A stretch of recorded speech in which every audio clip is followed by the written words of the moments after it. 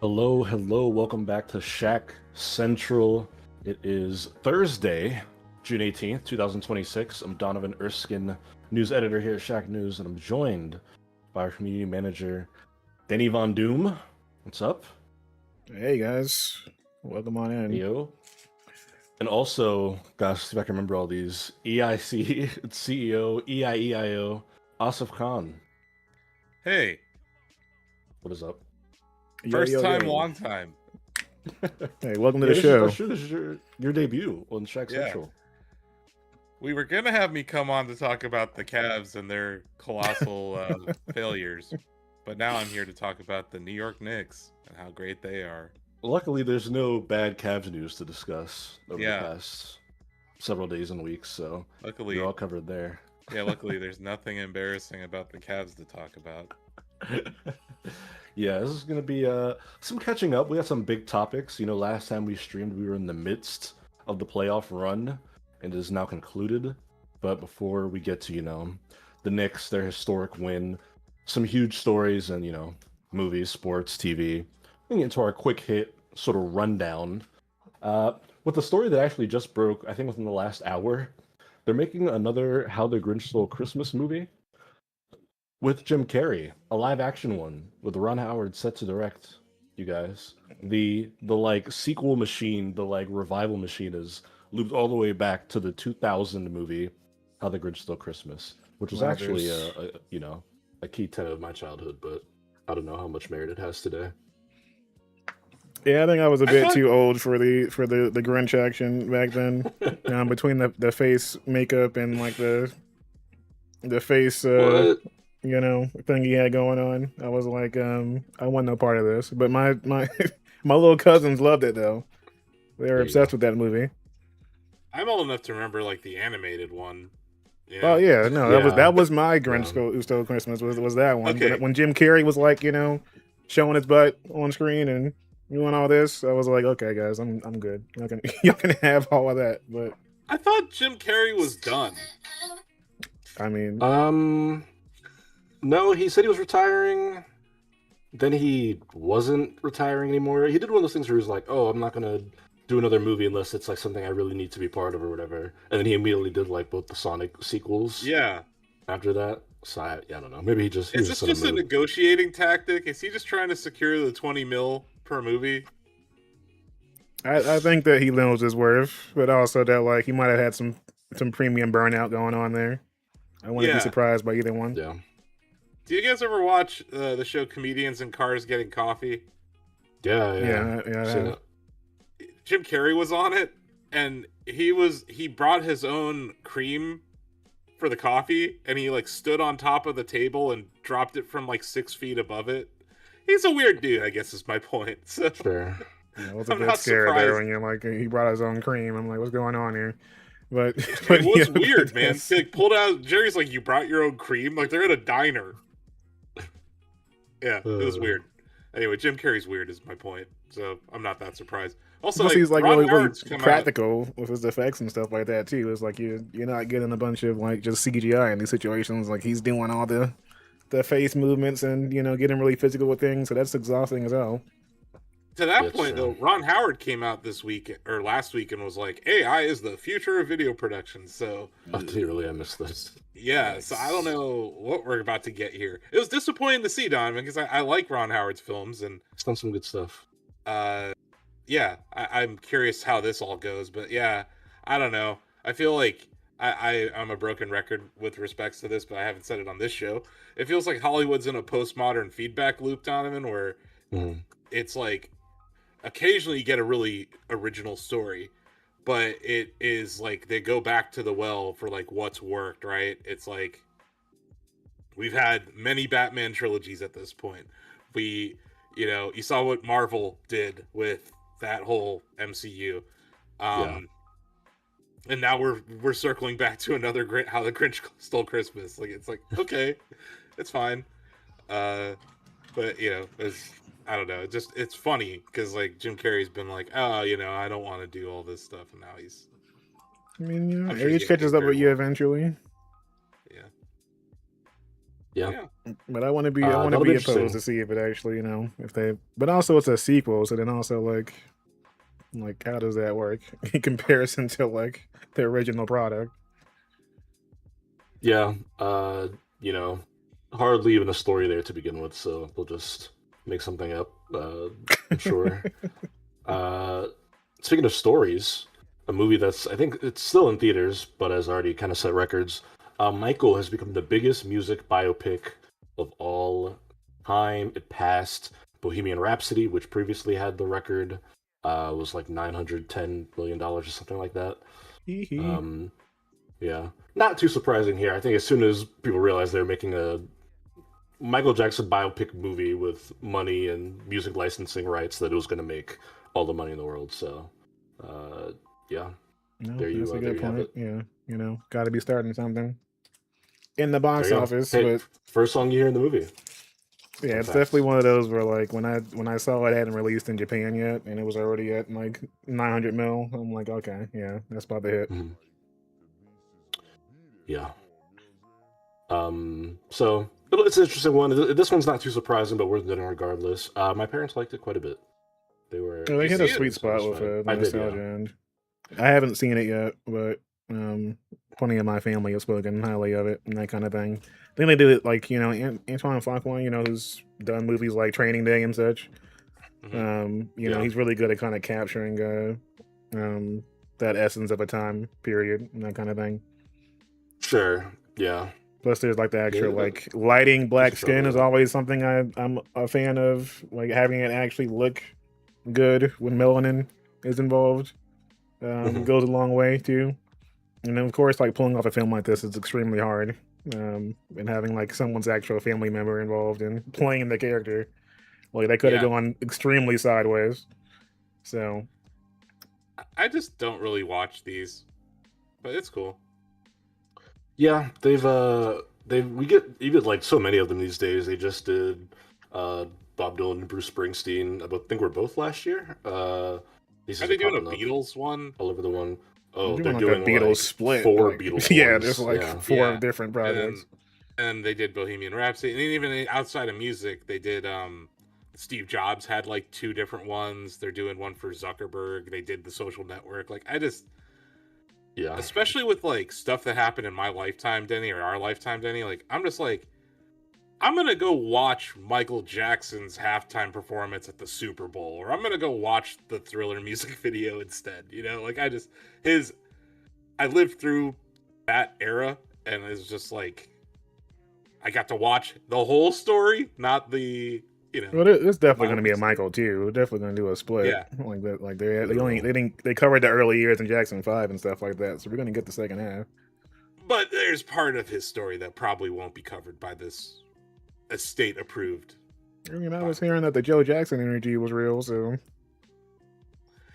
That's one part, though. I'm talking Closing about standing on top of a car in front of court. That's yeah, I mean, like We'll I see. understand what you're saying. At the same time, though, for me, like MJ was like the energy towards MJ, and then like the earlier Mhm. parts, like I was a child Yeah. for. So Oh yeah. it's like Oh no. I'm Like sitting there watching like things go down live, and it's me me singing the same part of human nature when we ran to my parents because they got sick of it. oh no. Oh yeah. I think people were fainting seeing him and stuff. So like yeah. No, I get it. If anyone's gonna get like an actual biopic, it's definitely gonna be him. But I think that there's Mhm. also like the tie-in where like the like breakdown from an actual documentary side and not just the biopic end is also something I'd be interested in seeing in comparison, where you're Yeah. getting like those kind of perspectives from other people who aren't involved. Yeah. With the family directly in that way. You are just looking at the actual information. That stuff interests me, for sure. Yeah, But good for them. 900. It's over 900 million. it is. Yeah, closer to like 910, I think, at this point. Yeah. Yeah, printing money. Speaking of things that are gonna hope to print money at the very least, Anya Taylor-Joy is gonna be in the new Lord of the Rings movie, which has been officially titled The Hunt for Gollum. Uh, Essentially, it takes place in between The Hobbit and the Lord of the Rings trilogies. And it's about Aragorn and Gandalf searching for Gollum to learn more about Bilbo's ring, prior to the events of Lord of the Rings. So there you go. You're gonna get Anya Taylor-Joy in one of these. For what it's worth, I saw somebody else point this out. She fits right into a fantasy setting. So it's like you're gonna cast somebody to be an elf in a new Lord of the Rings movie. Like it makes sense. Yeah. At the same time, though, I'm like, man, like, how much can we milk this shit? It's giving big Star Wars energy with that right now, where it's like, do we need this to happen? And why do we need it to happen? No, we don't. We didn't need to know. We didn't need to watch the Kessel Run happen. Like it was fine as a throwaway line in a movie. You know, like Solo didn't have to happen. I don't know if we needed this. Oh god, but, Solo! I forgot that shit existed. Exactly, Denny. Everyone Everyone forgets about Solo. Everyone forgets about Solo except for me. I remember Solo. I didn't forget. I have a Donald Glover Lando Calrissian T-shirt somewhere in my closet. That's fine, but I wanted that shit. Like, despite my already like fucking brain damage and memory loss, I wish I could get rid of that fucking image. Like, man, that movie. Good lord. But to your point, I think she's kind of an it girl right now. She's a talented actress. I found out recently that Bill Lavoie has a crazy take. He does not like Anya Taylor-Joy at all, which surprised me. What? But I think she's pretty good. Yeah, he's a bit of a hater. We talked about this Princess recently. Peach? She is Princess Peach. She's also in a great Edgar Wright movie called Last Night in Soho. Queen's Gambit was a great show. One of the few good Netflix originals. I think the one's been good for her, yeah.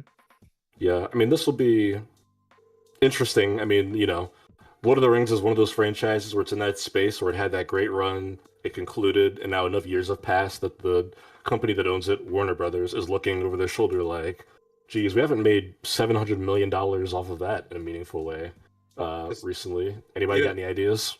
Really quick, my best friend lives in Japan. He's got these two little girls. His daughter Haley, who turns 7 this weekend, she watched all the Jurassic Park movies with him in the last month. Donovan. All of them. Yeah, she was like, "I love this," and her dad was like, the next one's not that good. And she's like, I want to watch it. And then he's like, hey, this next one's not that good. She's like, I want to watch it. So she watched all the Jurassic Park movies. And then after that, because those are kind of scary, right? For kids. Yeah. Her dad was like, there's this franchise called The Lord of the Rings. She is 6. She sat through the extended cut. Oh, damn. Holy. That's like 4 hours. Those movies are so long. I watched the extended editions for the first time last year, and it was, just that trilogy. It felt like running a marathon. This little girl loves the Lord of the Rings franchise. They have now, in the last 2 months, they watched all the Jurassic Park movies and all the extended cuts of the Lord of the Rings movies. So I know one girl who's going to be 7 when this comes out who's going to want to see this. So, The fantasy energy is real. Yeah. Also, I mean, what's your friend talking about? The next Jurassic Park movie's bad. What a great franchise. I forgot who we're talking to. Yeah. It was like diminishing returns for the dad. He was like, "You really want to watch the next one?" Like you're gonna make me sit through that one? You sure? Okay, yeah, put it on. I thought you'd get a kick out of that. She enjoyed the Jurassic Park original trilogy and even like all the other crap. World's got some highs. Also scary movies. Also, I didn't put on a rundown. They just got discovered last night. People were digging through some new files from Universal. Apparently, Jurassic World Dominion is the most expensive film ever made. Oh, the yeah, budget I was saw like that. $660 million. It beat out The Last Jedi, or what do you call it, The Force Awakens? Force Awakens had the record before, which I was like crazy. Absolute insane numbers. And just crazy because you watch the movie and you're like, where did that money go? We have some more rundowns here, but I want to give a somber shout out, an RIP to Davy Chase, who passed away this week. Who, not a name that jumps out, but the characters she played certainly did. She was Lilo and Stitch, and she was also Chihiro in Spirited Away, which I literally just watched like 2 weekends ago with some friends. Sad to hear. Spirited Away back in. Great movie. Movie. Both films were massive. I mean, also, she's Samara in The Ring. Just terrifying role. Yes, playing the creepy girl. Her hair down. One that was haunted by as a child. But boy, Lilo and Stitch, man, that was like, I mean, I say a lot of movies mean a lot to me, but as a kid, Lilo and Stitch was like top 3. There's nothing you could tell me about Lilo and Stitch. I've watched that movie more times than I could ever count. Yeah, He was for only sure. 35 years old. Yeah, Yeah, no, like sad. considering when those movies came out, and then her voice and stuff like that. Yeah, like Yeah. it adds up. She was Early pretty much 2000s, like late 90s. yeah. So rest in peace to her for sure. Quite Definitely a loss. sad indeed. Yeah. And then we do have a couple of sports side stories here. A little quick rundowns before we get into our big sports story. Denny, the Chicago Bulls have hired Tiago Splitter to be their next head coach. This dropped a couple of days ago. Pretty exciting stuff. Tiago Splitter was just the Portland Trailblazers' interim head coach for the entire season because, as you may remember, Chauncey Billups got arrested by the federal government one day into the season, and Tiago Splitter had coached them the whole year. Did a pretty solid job with that team. Led them to the playoffs, which of course they were quickly dispatched, but I don't think people even imagined them being as good as they were. I think they ended up being like the 6th seed in the West. And, I was going to try to come fix the Chicago team. You know what? I'm not mad at this pick. Me neither. Considering, like, I mean, obviously there's other options. Look at Asif's face right now. What like, I don't know. Jason Kidd's out there. Fine. They want a young voice. Sure, but also like, I agree. He was in a really tough spot, right? He had to take over the Trailblazers, in the midst of a huge investigation and stuff. But it was also like I just went to look at his playing career. Like, he's not a former Bull, right? So I thought maybe maybe he was like a Bulls player, but like he's on like he was a Bulls fan. I saw they did the thing where they find a picture of when he was like 9 years old with a Bulls hat on a tropical island somewhere. That makes sense. But yeah, look, you think about how many European players are like superstars now, and he was from that earlier group of like Spanish players that came over and did change the game in a lot of ways. So yeah. I mean, he played through what many people would consider one of the best systems in basketball, the San Antonio Spurs. He talked about learning from Pop, which is, I mean, as a fan of the Bulls, it makes me perk up. Anyone invoking the name of Greg Popovich. He seems like a cool dude. I rewatched his final speech after the Trailblazers got eliminated after the Bulls hired him, and I liked him. He seems like a cool dude. And they mentioned in the introductory, because they also just hired a new executive VP, Bryson Graham. They said that they've got a similar vision for this franchise. It's not like a win now move. Team's not supposed to compete this year, but this is the beginning of a rebuild. 4th pick in the draft, new head coach, new VP. This is kind of day one of what should hopefully be a new era. Not a new GM? I don't know if he's I think they cleaned house. I think Bryson Graham is just taking. He's the president. VP of basketball operations, but he is the one he was the one who picked the coach. I believe he's the one doing our draft and whatnot. But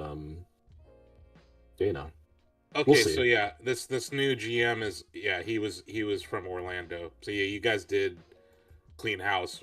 That's important to me. Like, this is good that you have a new coach, but like Chicago, the Chicago Bulls should be a free agent destination. Chicago's a cool city, and the basketball history is real there. Like, you have at this point, you now have an opportunity to bring a championship to a team that like Michael Jordan brought 6 titles to. Like, to me, like, it should be up there with like going to LA, going to. It should be Miami. LA, New York, and Chicago. Yeah, Miami is going to be up there too for basketball, but Chicago should be like 4 or 5. Like, should be right there in that top list. Yeah, but that just hasn't and I think it's bigger than just the coach. The coach is a good thing, but like, you guys should be pulling.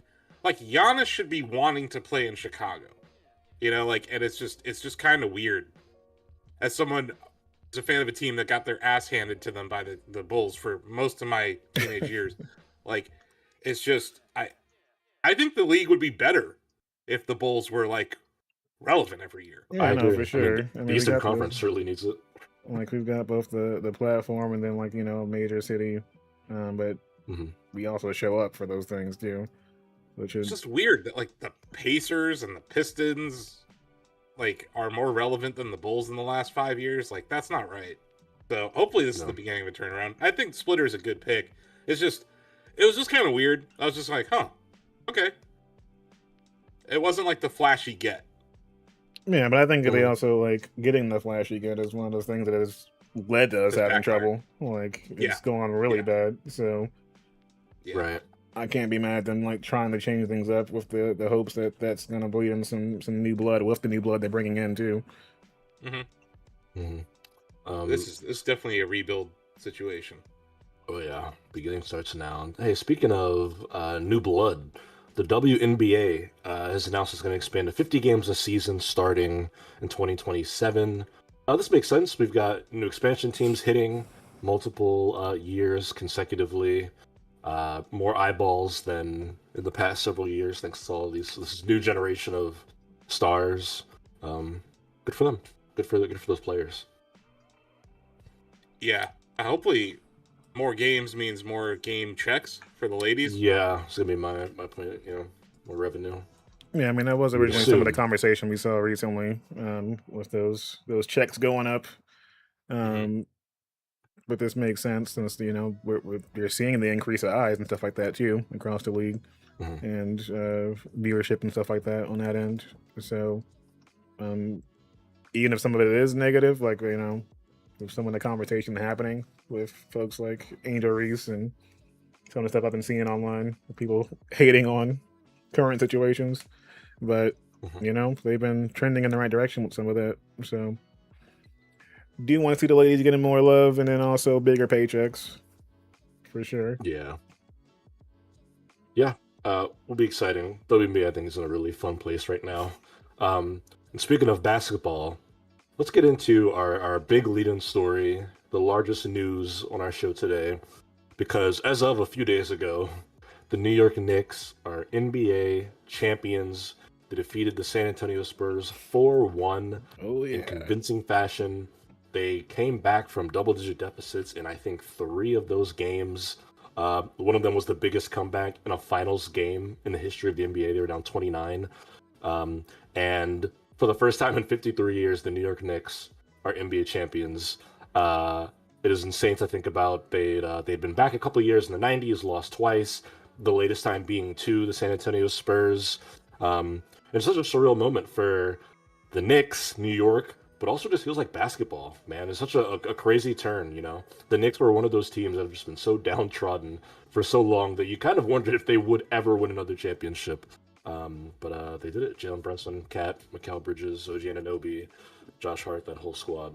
No, legends. And it's one of those situations too where like they people were watching, not just Knicks fans, but like it was definitely one of those final situations, even the entire playoff run, where like they were reporting like ridiculous numbers from both TV, streaming, everything, because the games were worth watching. Like it was going down to like 6 point differential and stuff like that between both teams in the last 2 minutes.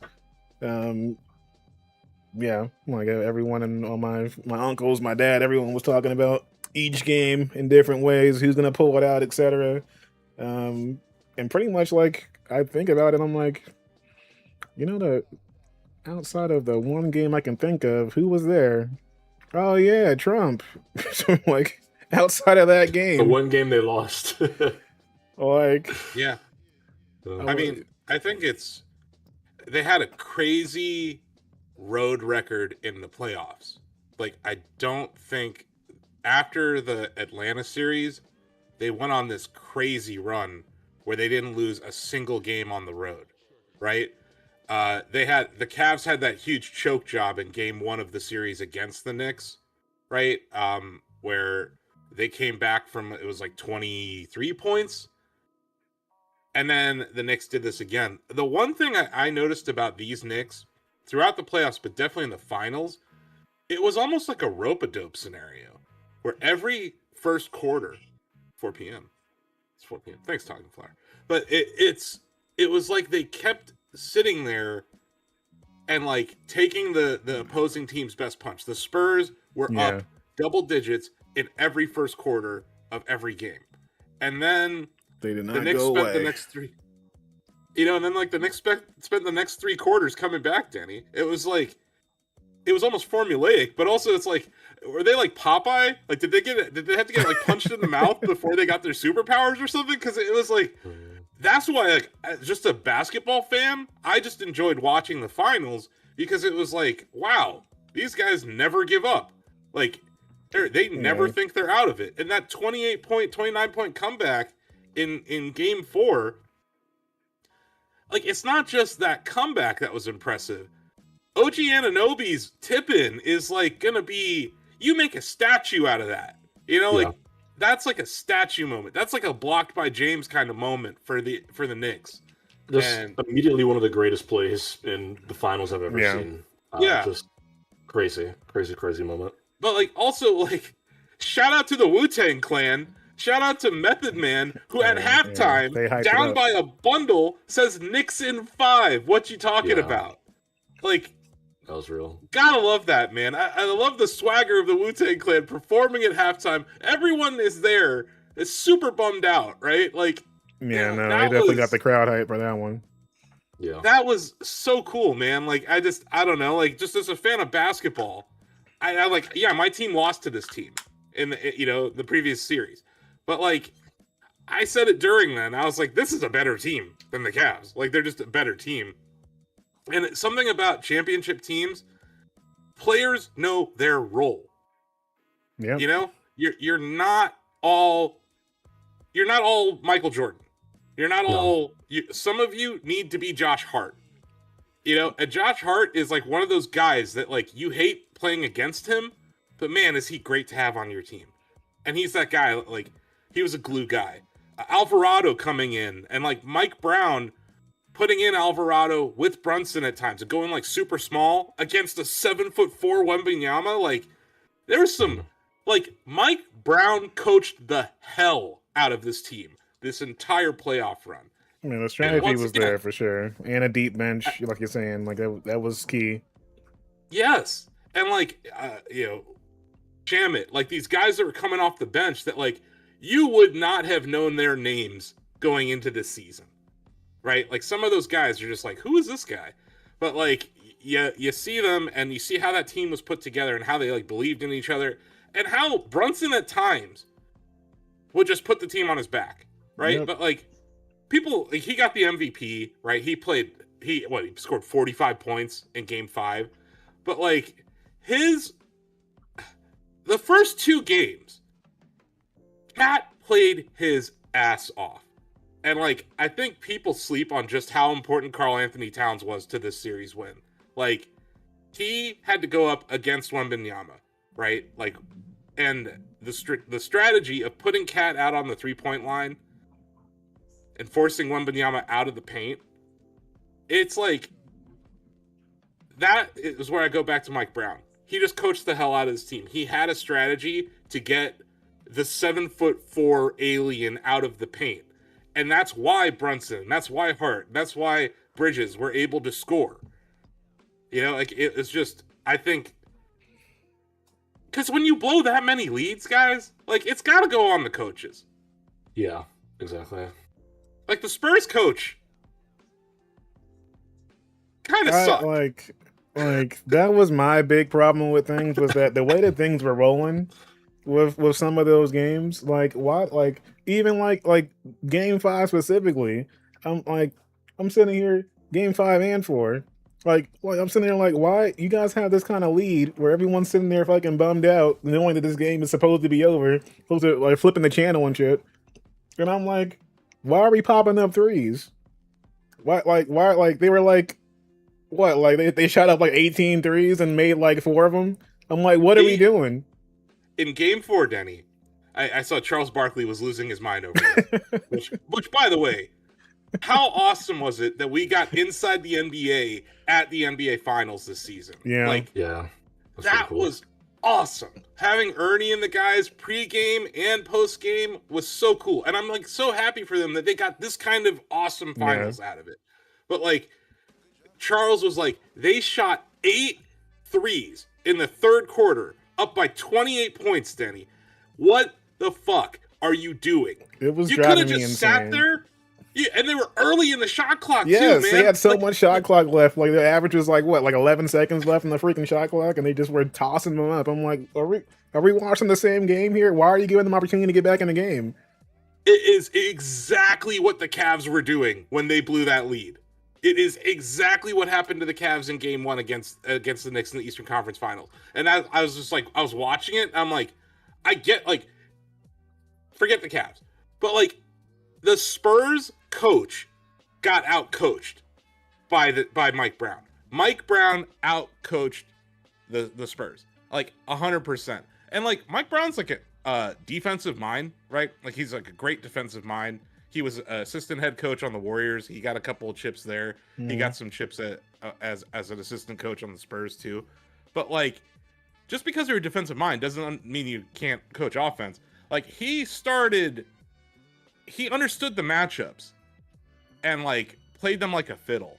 And it was just also like, Jalen Brunson's gonna come for you.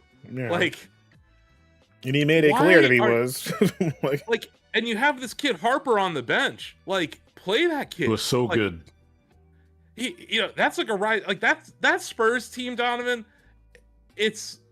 They're going to be a problem in the future. Yes. Like the way they're playing in the first half showed you that. Like, you know, they were lining it up. I think it's not 1-to-1, but it reminds me of that donkey of a Cavs team that went to the NBA Finals in 2007. Like, do you remember when LeBron dragged that Cavs team to the NBA Finals and then got swept by the Spurs? Yeah. This kind of reminds me of that, where Wemby is going to be the face of the league, in my opinion. Like, I think that guy is insanely talented if he stays healthy, but I think he needs to bulk up. I think he needs to, like, be a big man more than he is, like, and that's what Shaq kept saying. Durant. You know, like, he needs to, like, exert his dominance. I think he could become the most dominant player in the league, but he's not right now. And he doesn't have that killer instinct. But that Harper kid, he would be the perfect Kobe to Wemby Shaq in the future. Yeah. And, like, the coach not playing that kid in the crucial moments of that made no sense to me. Like, there were times where they had crucial shots that they could have taken at the end of almost every game, right? Because these were, like, to your point, Denny, these came down to like single possession, 5-point games. Why is Wemby taking the shot? Yeah. Like, let the kid who was hot, like, keep him in the game. And when the Knicks went small, go small. Keep Wemby on the court, but like, go small. Put all three of your guards out there. You had Vassell, Castle, Harper. Like, put them all out there. But also, De'Aaron Fox, man, he played like complete butt. And I know he was like hurt going into that series, or he was hurt in the OKC series, but like, he was on an island at times and just getting destroyed. But yeah, they were winning some of those matchups, and you could tell that like it was happening in effect. But it's like, hey, Brunson took that. He just took that shit personally at some point. I'm like, hey, y'all don't want to play? All right, bro. Also, like, you do not like. Whenever Brunson rolled his ankle in this entire playoff run, it like unlocked some other next level in him. I don't know if you saw it when in Game 5, Wemby slipped his foot underneath Brunson while he was landing, and he didn't get called. Yeah, it was rough. Brunson went on this like Super Saiyan run after that, though, Donovan. Like, that man was heated. He's like, you wouldn't like me when I'm angry. Like, that dude, he has that killer instinct. He has the Mamba mentality. He scored more points. I think it was like Michael Jordan, him, and Giannis. That's like the most points in a clinching finals game. Like, It was really damn impressive, man. But it's like team composition was the thing I found most impressive about the Knicks. Like, they come back not just because of like one dude. They came back because of that entire squad. And I just think that's always really impressive. And when you look back at champions, there's always that guy. There's always like that one guy who's like, yeah, he's not the highest paid player on the team. He's not even the guy that like, he's not everyone knows his name, but after the series, everyone knows their name, right? Yeah, there's somebody And that it's like- shows up. Yeah, so I just thought it was really damn impressive. And like, I mean, you know, the team was great, but like chemistry matters. Knicks probably had the best chemistry of any team in the NBA this year. Coaching matters, you know, like you said, knowing your role. And yeah, I mean, it's just such a hats off to them because I remember when it was Spurs versus Thunder, a lot of the conversation was, well, whoever wins the Western Conference Finals is probably the NBA champion because people had already kind of written off that whoever came out the West would be better than whoever came out of the East. So for the Knicks to not only win, but win in convincing fashion. I watched the final game with my brother, who was a Knicks fan. As a kid, he latched on to Carmelo Anthony, so he's been a Knicks fan for most of his conscious life. And he was beside himself. He was super hyped up. And he has been literally messaging me every morning, being like, "Man, this is great." we got Dusty in YouTube chat saying that Danhausen was the best Knicks player. God, I know how much Asif loves Danhausen. Yes, we are uncursed. Good for Danhausen. Hey, that man is. Hey, you can say what you want, but he is striking while the iron's hot. All right, like he had like the merchandise, the Knicks side of things. WWE had that shit ready. All right, he's doing interviews on Stephen A. show. Like, Yeah, he's gonna Talk make the about most out of last this. thing on earth I would ever watch is an interview between Stephen A. Smith and Matt Jabufaroni Pizza Roll. Like the last thing on earth I will ever watch is an interview between those two people. What the I would funny? rather watch anything else. But the thing that makes it funny is that like imagine like hopping like imagine seeing a clip from that shit 6 months ago. Imagine you got a way to look into the future and like see that happen. Would you see any of this happening 6 months ago? That you have an interview with Stephen A. Smith about a Knicks win, a championship win, with this man on television? Like, I would have never saw that coming.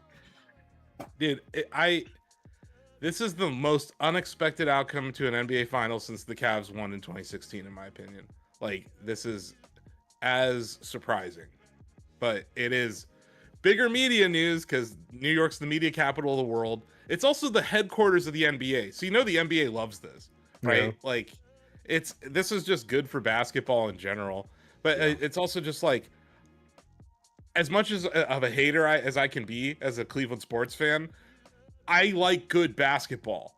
Yeah, Like, I just like watching people play good basketball. And the Knicks played the hell out of, like, they outplayed every team that they faced. They just did. And like, I knew that whoever won the Western Conference Championship was in trouble because they swept the Cavs. So like the Knicks were just sitting there chilling, right? I was like, that's dangerous going into an NBA Finals, like that they had all that rest and they could just like sit there and chill. Lost 3 games the entire postseason. Absurd. 2 of those games to the Atlanta Hawks. The Atlanta Hawks put up the biggest fight out of everyone in the entire league in this postseason. That's crazy. Because like, could you even name 3 players on the Atlanta Hawks this season? Man, I can name a few, but it's like that team is.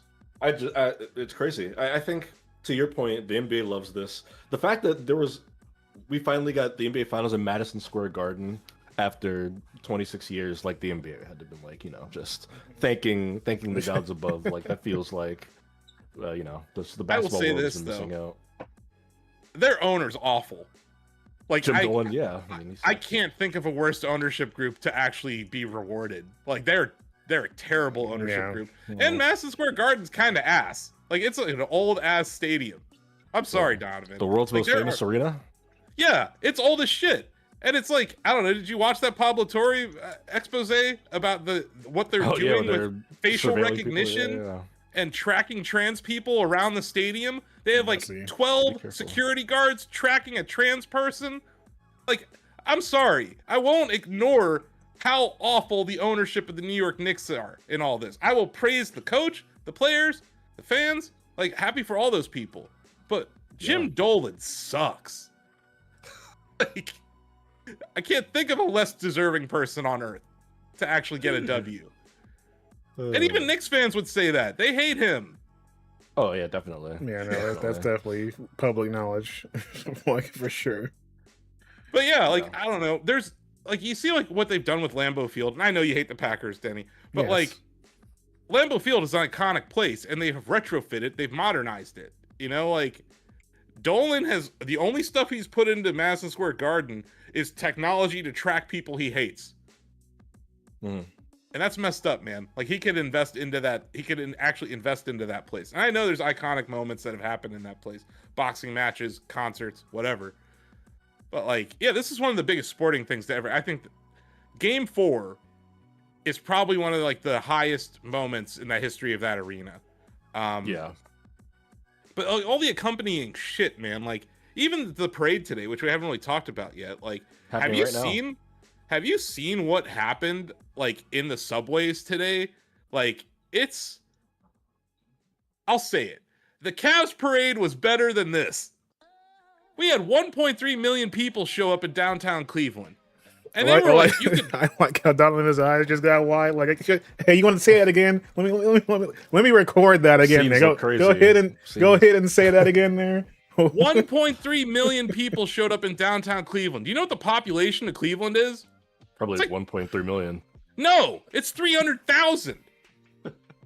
So 1 million people not from Cleveland in Northeast Ohio showed up, and there wasn't any. There was no like, oh, you have to go in this viewing area, and we're shutting down this, and it was just people hanging out like with joy. Yeah, there were so many rules. Even just when that Jaboofer came to Game 3. You know how long it took to get into Madison Square Garden for Game 3? It was like 3 hours because that our glorious leader had to show up for that game. But like just the whole procedure of like attending this parade, I'm just saying, like, considering how chaotic the celebration was on Saturday, this was kind of. Did you see New York like before, like after the win? Come on now, bro. Like there ain't no way that was going to be any kind of. There's probably like 10 million people in New York City right now, and we're in a weird time socially and politically. I could get up there like they want to screen people and stuff for the parade. I mean, it sucks for the fans, but you know, it's bro. Like at one point, Batman pulled up after the win on a fucking bat cycle. All right, in full costume, and the crowd was like, "Yes, Batman, you understand? Knicks W, Gotham City is here." And I'm like, "Okay." Did you see Elmo's head on a pike? Yes. Because all Elmo said was, "I hope both teams have a good time." So which people were immediately like, "Aren't you from New York?" I'm just saying, we're not here for any of that. I also loved Spike Lee in his little mobile going through Brooklyn. Like that was amazing. Happy for Spike Lee. I mean, he was there when they were winning 17 games in a season. That's what I said. No hate to the fans. So. It's more just the procedural nature of like Game 3, Game 4. Just like how I get why they had security, because Taylor Swift was at Game 4. Sure. So it's probably more security required than when the president shows up. But the celeb crowd was real. Yeah, it's just. You look at like the Knicks didn't have to do any of that during the Cavs series. Like outside the viewing parties outside of Madison Square Garden during the Eastern Conference Finals were more lit than during the finals.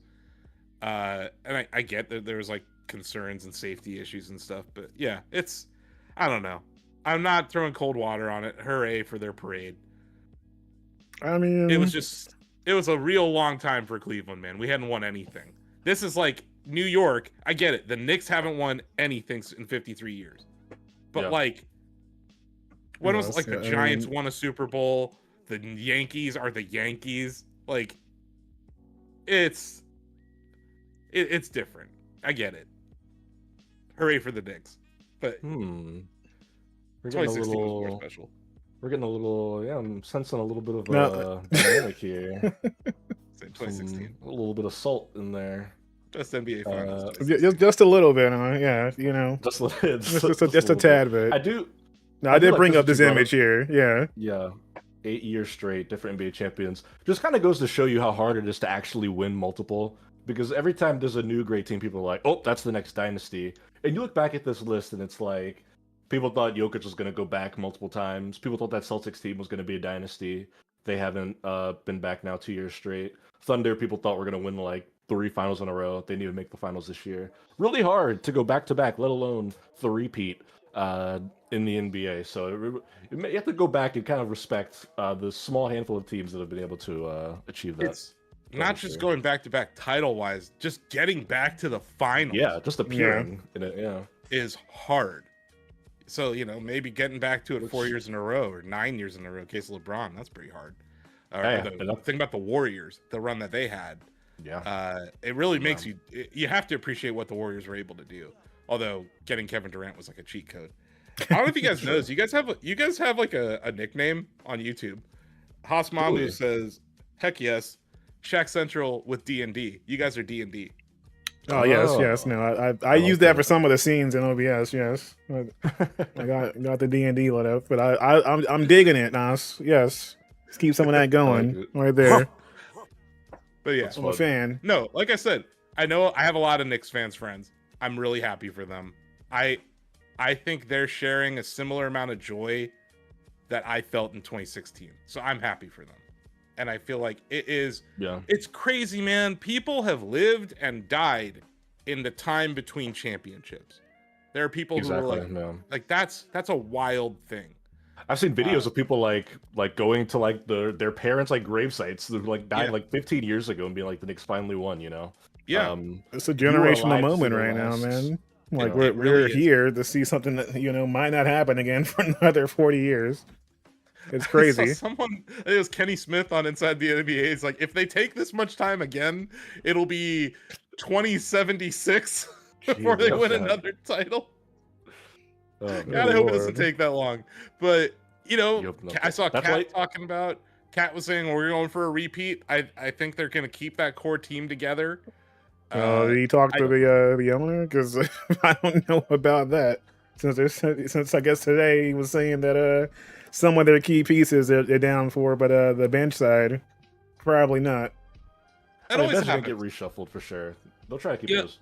Like after the Cavs won, Matthew Dellavedova got like $100 million to go to the Bucks or something. Like of course you're gonna cash in. Like Timothy Mozgov got paid. Like those guys, those role players always get scooped up by other teams. Alex Caruso's a good example. Like he didn't he get the bag from Chicago or something? He did. That always happens. And that goes to the point though. Like they don't win this without their bench. For sure. So that is going to be a problem. The bench and Brunson secured things because that man said he was not going to go out.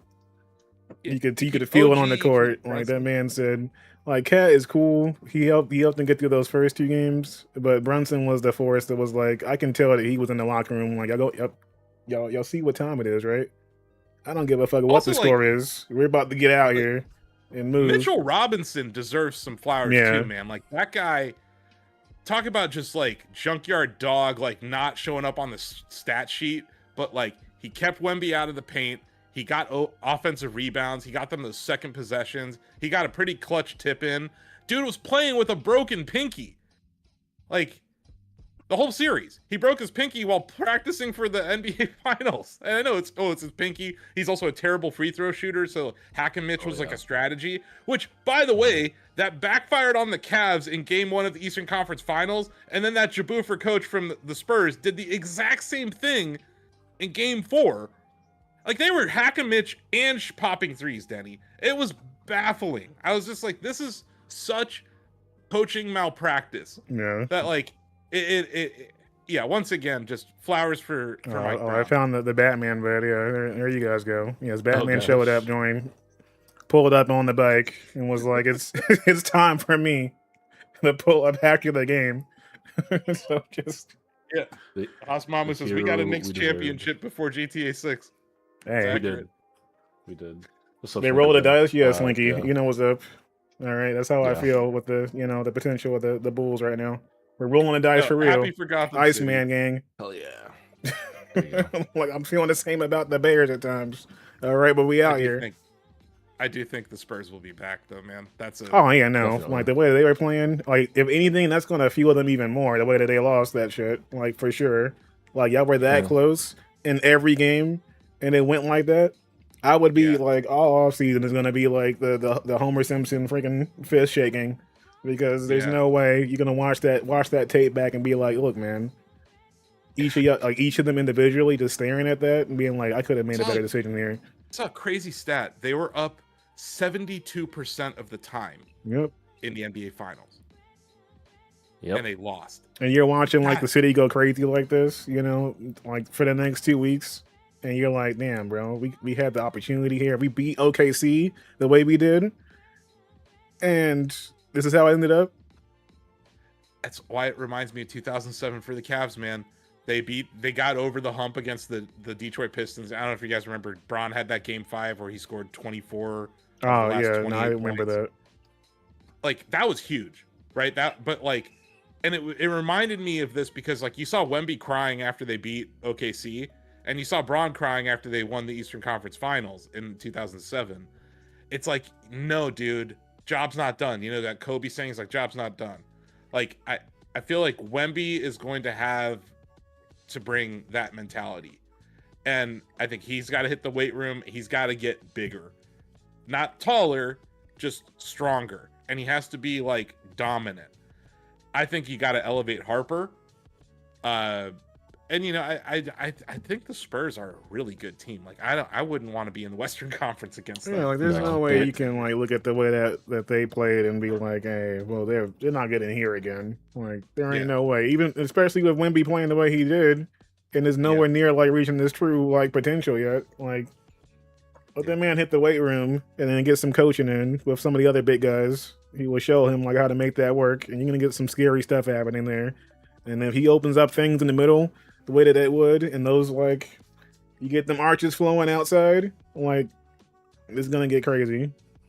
Yeah. It does feel like they needed a little bit of a veteran presence on that bench. They and it did, might have yeah. helped them. Because there was no way that like if you had a couple of vets on just sitting on that bench right now, and they would have yanked somebody up and been like, "Why are you shooting that? Yeah. Why the heck are you shooting that like, right now?" And it's like sorry I keep coming back to the 2016 Cavs, but like that was a magical team. But they had that, Denny. They had James Jones on the bench. They had Richard Jefferson. They had Channing Frye. And those guys, it was like their chance for a ring, right? There's like a different level of desperation when you've been in the league. Or like in RJ's case, he went to the finals with that really young Nets team, and then he didn't go back, right? So like, I think they could have used that. I think it would have helped them. But I think Wemby is going to be the face of the league. I think that guy is like right now it's Jalen Brunson's league, but I think like Wemby is. Last season he like he trained with Hakeem Olajuwon. Yeah, I remember hearing about that. But I'm like, this season, man, like I think you need to talk to Shaquille O'Neal. Shaq looked like he was saying that, like, hey, bro, we can't be playing the way you are. We take control of the game when we're on the court. Yeah, like it's fun that you're popping out threes and such. You're like, cool, you got that in your moveset, but I'm not letting anybody take away the fucking paint from me. Yeah. I think you look at just how many outside shots he was taking. How many fadeaways? You're 7'4". Who are you fading away from? Yeah. Like But that yeah, in like, itself, and he was saying, like, hey, like you've been a factor on the defensive end. Like the way you can block a shot, they can't ignore that shit. They're gonna have to adjust accordingly. Did he have like 6 blocks in the first half of Game 5? Something crazy like that. Yeah, it was something crazy, and like in the record books for showing it too. Like, this man in the series is in like there's only 3 players that are in the shit on the playoff run that he has, and I'm like, so people are scared of that end. Make them scared of the offensive end, and you got like a serious freaking. You be the beast. No one's gonna stop that. Important to note, he's 22. Exactly. So like he can grow from this. He was really, you could see he was devastated in that post game. He didn't shake hands, bro. Yeah. No, yeah, they left immediately. Yeah. Once again, like he has that assassin mentality. I think he's got to go in the weight room and he's got to change his mentality next year. He's got to be like, he has to be like that prime Shaq, that 2001 Shaq, where it's like, I'm the greatest player in the world. I deserve the ball every play. I should be in the paint. You can't stop me. Like he needs that. I want more of that prime Shaq energy mixed with some Dennis Rodman. Give me some Yeah, give me that hunger involved on the defensive end where like people are afraid enough that like regardless of if I leave the ground or not, you don't want to be here. Like you do not want to be anywhere near this. It's not going to be a fun time for you the entire game. You're gonna strap in before the game even starts. Like, oh man, all right, y'all, you're gonna have to help me out. Like, I want that energy from start. All right. Mhm. Make them fear you like that, and this is gonna be one of those where like people are game planning and prepping the week beforehand, just for What's that that run. guy's name? The coach, Mitch Johnson, is that his name? Yeah. Fire his ass. No chance. They're not gonna fire him because he was his job is safe because he's a pop hand-picked like successor. I know. So he's gonna have some time. I know. This man said, "Fire him, get him out of here." All right, he's You know gone. the guy that got you to the NBA Finals? Fire his ass. That'd be the Holy craziest shit. like turn of events right there. Look Like, at you know, well, you got us here, but I didn't like what I saw. Goodbye. Just hear the phone click. Not even in person. Just like, yeah, all right. You guys, anyone remember the name David Blatt? Yes. I don't. Coach. Do you know who he was, Donovan? Old Cavs head coach, right? who he got fired for Ty Lue? Oh. Yeah. Mm. Man, yeah, anyway. Sorry. But yeah, I think we gave enough time to the New York Knicks. Congratulations to Knicks fans, though. I did have Happy a for question you. for y'all, though. Sure. Since people were bringing it up before. Now, Okay. do you think that they would give Spike Lee an honorary ring for They should. the way he's been putting up for the team? People were talking about that the other day before. Did you see Mikal Bridges' unhinged IG live stream? Yes. Yes. He got like drunk and he said everyone. He was like, give everybody a ring. He was just spending Dolan's money. He was like, yeah, give Ben Stiller a ring. Give Spike Lee a ring. I think so. I do. I think like you look at Spike, he was there for that 15-win season. You know what I mean? Like, it's a weird precedent to set, but yes, I think he deserves one. I think if there's anybody like that would deserve a ring and that didn't actually play, would be somebody like Spike on that end, Also, especially I think since he Charles doesn't Oakley actually. should be allowed back in the stadium. That too, yes. But it's like Spike he's not even like he's a season ticket holder. He's not, hopping in the celebrity section. No. He pays every. He has paid for his tickets for this entire time.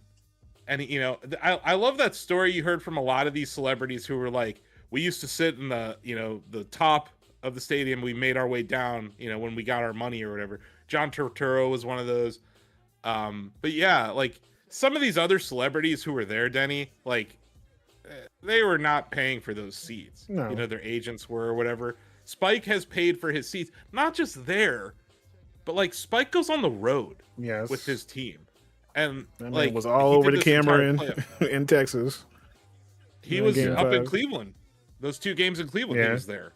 Oddly enough, I saw Spike in Cleveland across the court from me in 2016. Like, he's just a basketball fan. You know what I mean?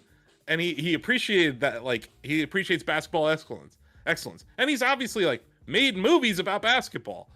Yeah, I don't know. I think he's I would give him a ring. I wouldn't give Chalamet a ring or like all these other people. But that's understandable. Taylor Swift too, Taylor can perform or something, G. I ain't got time for her to be pretending that she was a fan like that. She was at the Cavs game with her fiance. Yeah, her Ohio man. You know who wasn't at that game with her though? Travis Kelce was not there. Oh, okay. No. Now Asif's he's stirring the tea up over here. All right. Trouble in paradise. Look, that's Kofi Kingston special. All right, it's his finishing move. We don't have time for any more of that any other place. All right. R.I.P. We're gonna calm that down. Hey, the New Day might pop up. That's the T right there. All right, AEW. Let's get it going. Shout out to the New Day. Moving, past the historic Knicks championship. We're going to talk some more sports stuff, but before then, let's get into some movie and TV news because we've had some big stories that have just kind of gradually unfolded in the weeks since our last show. I would say the biggest is a little teeny tiny horror movie called Obsession that was made for $750,000, which is a micro budget in Hollywood terms. And as of earlier this afternoon, has crossed $300 million at the global box office. Not only has Obsession dominated, it has done something that I think only like 3 or 4 movies have done in the 21st century, where it earned increasingly more money after its debut. Typically, opening weekend is the biggest weekend for a movie, and you just go down afterwards, and it's a matter of how much money you can kind of hold on to. They climbed. They debuted at like 17 million, and then the next week was like 19 million, and then the following week was like 20 million. I think they just fell for the first time last weekend. It was directed by a guy named Curry Barker, who got his start on YouTube. You may have heard that story before, and the movie has kind of just captured culture in a way that I just don't think anything has in a long time, and it has kind of just turned into what is maybe the greatest story in movies this year. This little indie that has become like a sensation. So shout out to Obsession, and I'm sure Focus Features is just counting the money up somewhere. They bought this from a film festival probably for like $2 million, and they have made all the money in the world from it. And I believe it had let's say 14 million or so lead in for the option. But yes, they're making serious cash on this one. There was a bit of controversy with the art director and stuff, saying they only got paid $6,000 or so for the initial pay. But yeah, I mean, if the movie makes no money, like you're not giving that money back. But we'll kind of wait and see if they're gonna. I did hear some rumors about them potentially paying a bit extra from the residuals to the rest of the extended. It has spurred on an interesting conversation, right? Because when a movie is made for super cheap, the budget factors in salaries of everyone who works on it, actors, crew, director, and whatnot. So $750K, most of that money went into the actual movie making. So and all these actors were relatively unknowns. So I'm sure people probably did get paid like $8,000, $10,000, $15,000 for this movie that has now made hundreds of millions of dollars, and it has kind of spurred that conversation of like, who's getting paid like from this? Like, okay, cool, this movie's made $300 million now in profit, but like, is that just all going to Focus Features? Are they breaking off? I'm sure they're like that. Yeah, I'm sure that Curry Barker and such probably signed a deal that included like some residual kickback and stuff like that. But the art director wouldn't be considered in that lineup of because it's already missed the producer and stuff like that. So, but you think of the cast. I mean, the breakout of this movie truly has been Indy Neveretti, who plays one of the main characters, Nikki. Oh yeah, she's sort of the set victim for of the movie. Some big moves, I'm sure. She's about to become a superstar, but she probably got paid, relatively nickels on this movie. And I've seen she's already popped up in commercials and whatnot. Yeah. But I was gonna say, like, this is where you may not make a fortune off of this movie and your work on this movie. Yeah. But it's the next one, and like you said, the sponsorship deals. But also, like, if you're the director, if you're the writer, if that team. Like, if they keep this team together and they get another project, that's where they're going to get, like, the giant bag, right? Because this is, like, the birth of a new, Yeah, and Curry Barker's already shooting his next project, and it will also include a One Wish Will, apparently. And he's also starring in the film, too, apparently. He'll be both directing and acting in it. With Aaron Paul's going to be in there. Yeah. There you go. They'll be cooking. I didn't put in the rundown, but I did want to include too that he did speak more on he's taking over Texas Chainsaw Massacre as well for A24. He's going to be that guy making that thing happen. And I did get a quote from him here because he did want to speak on the movie itself that they're working on there.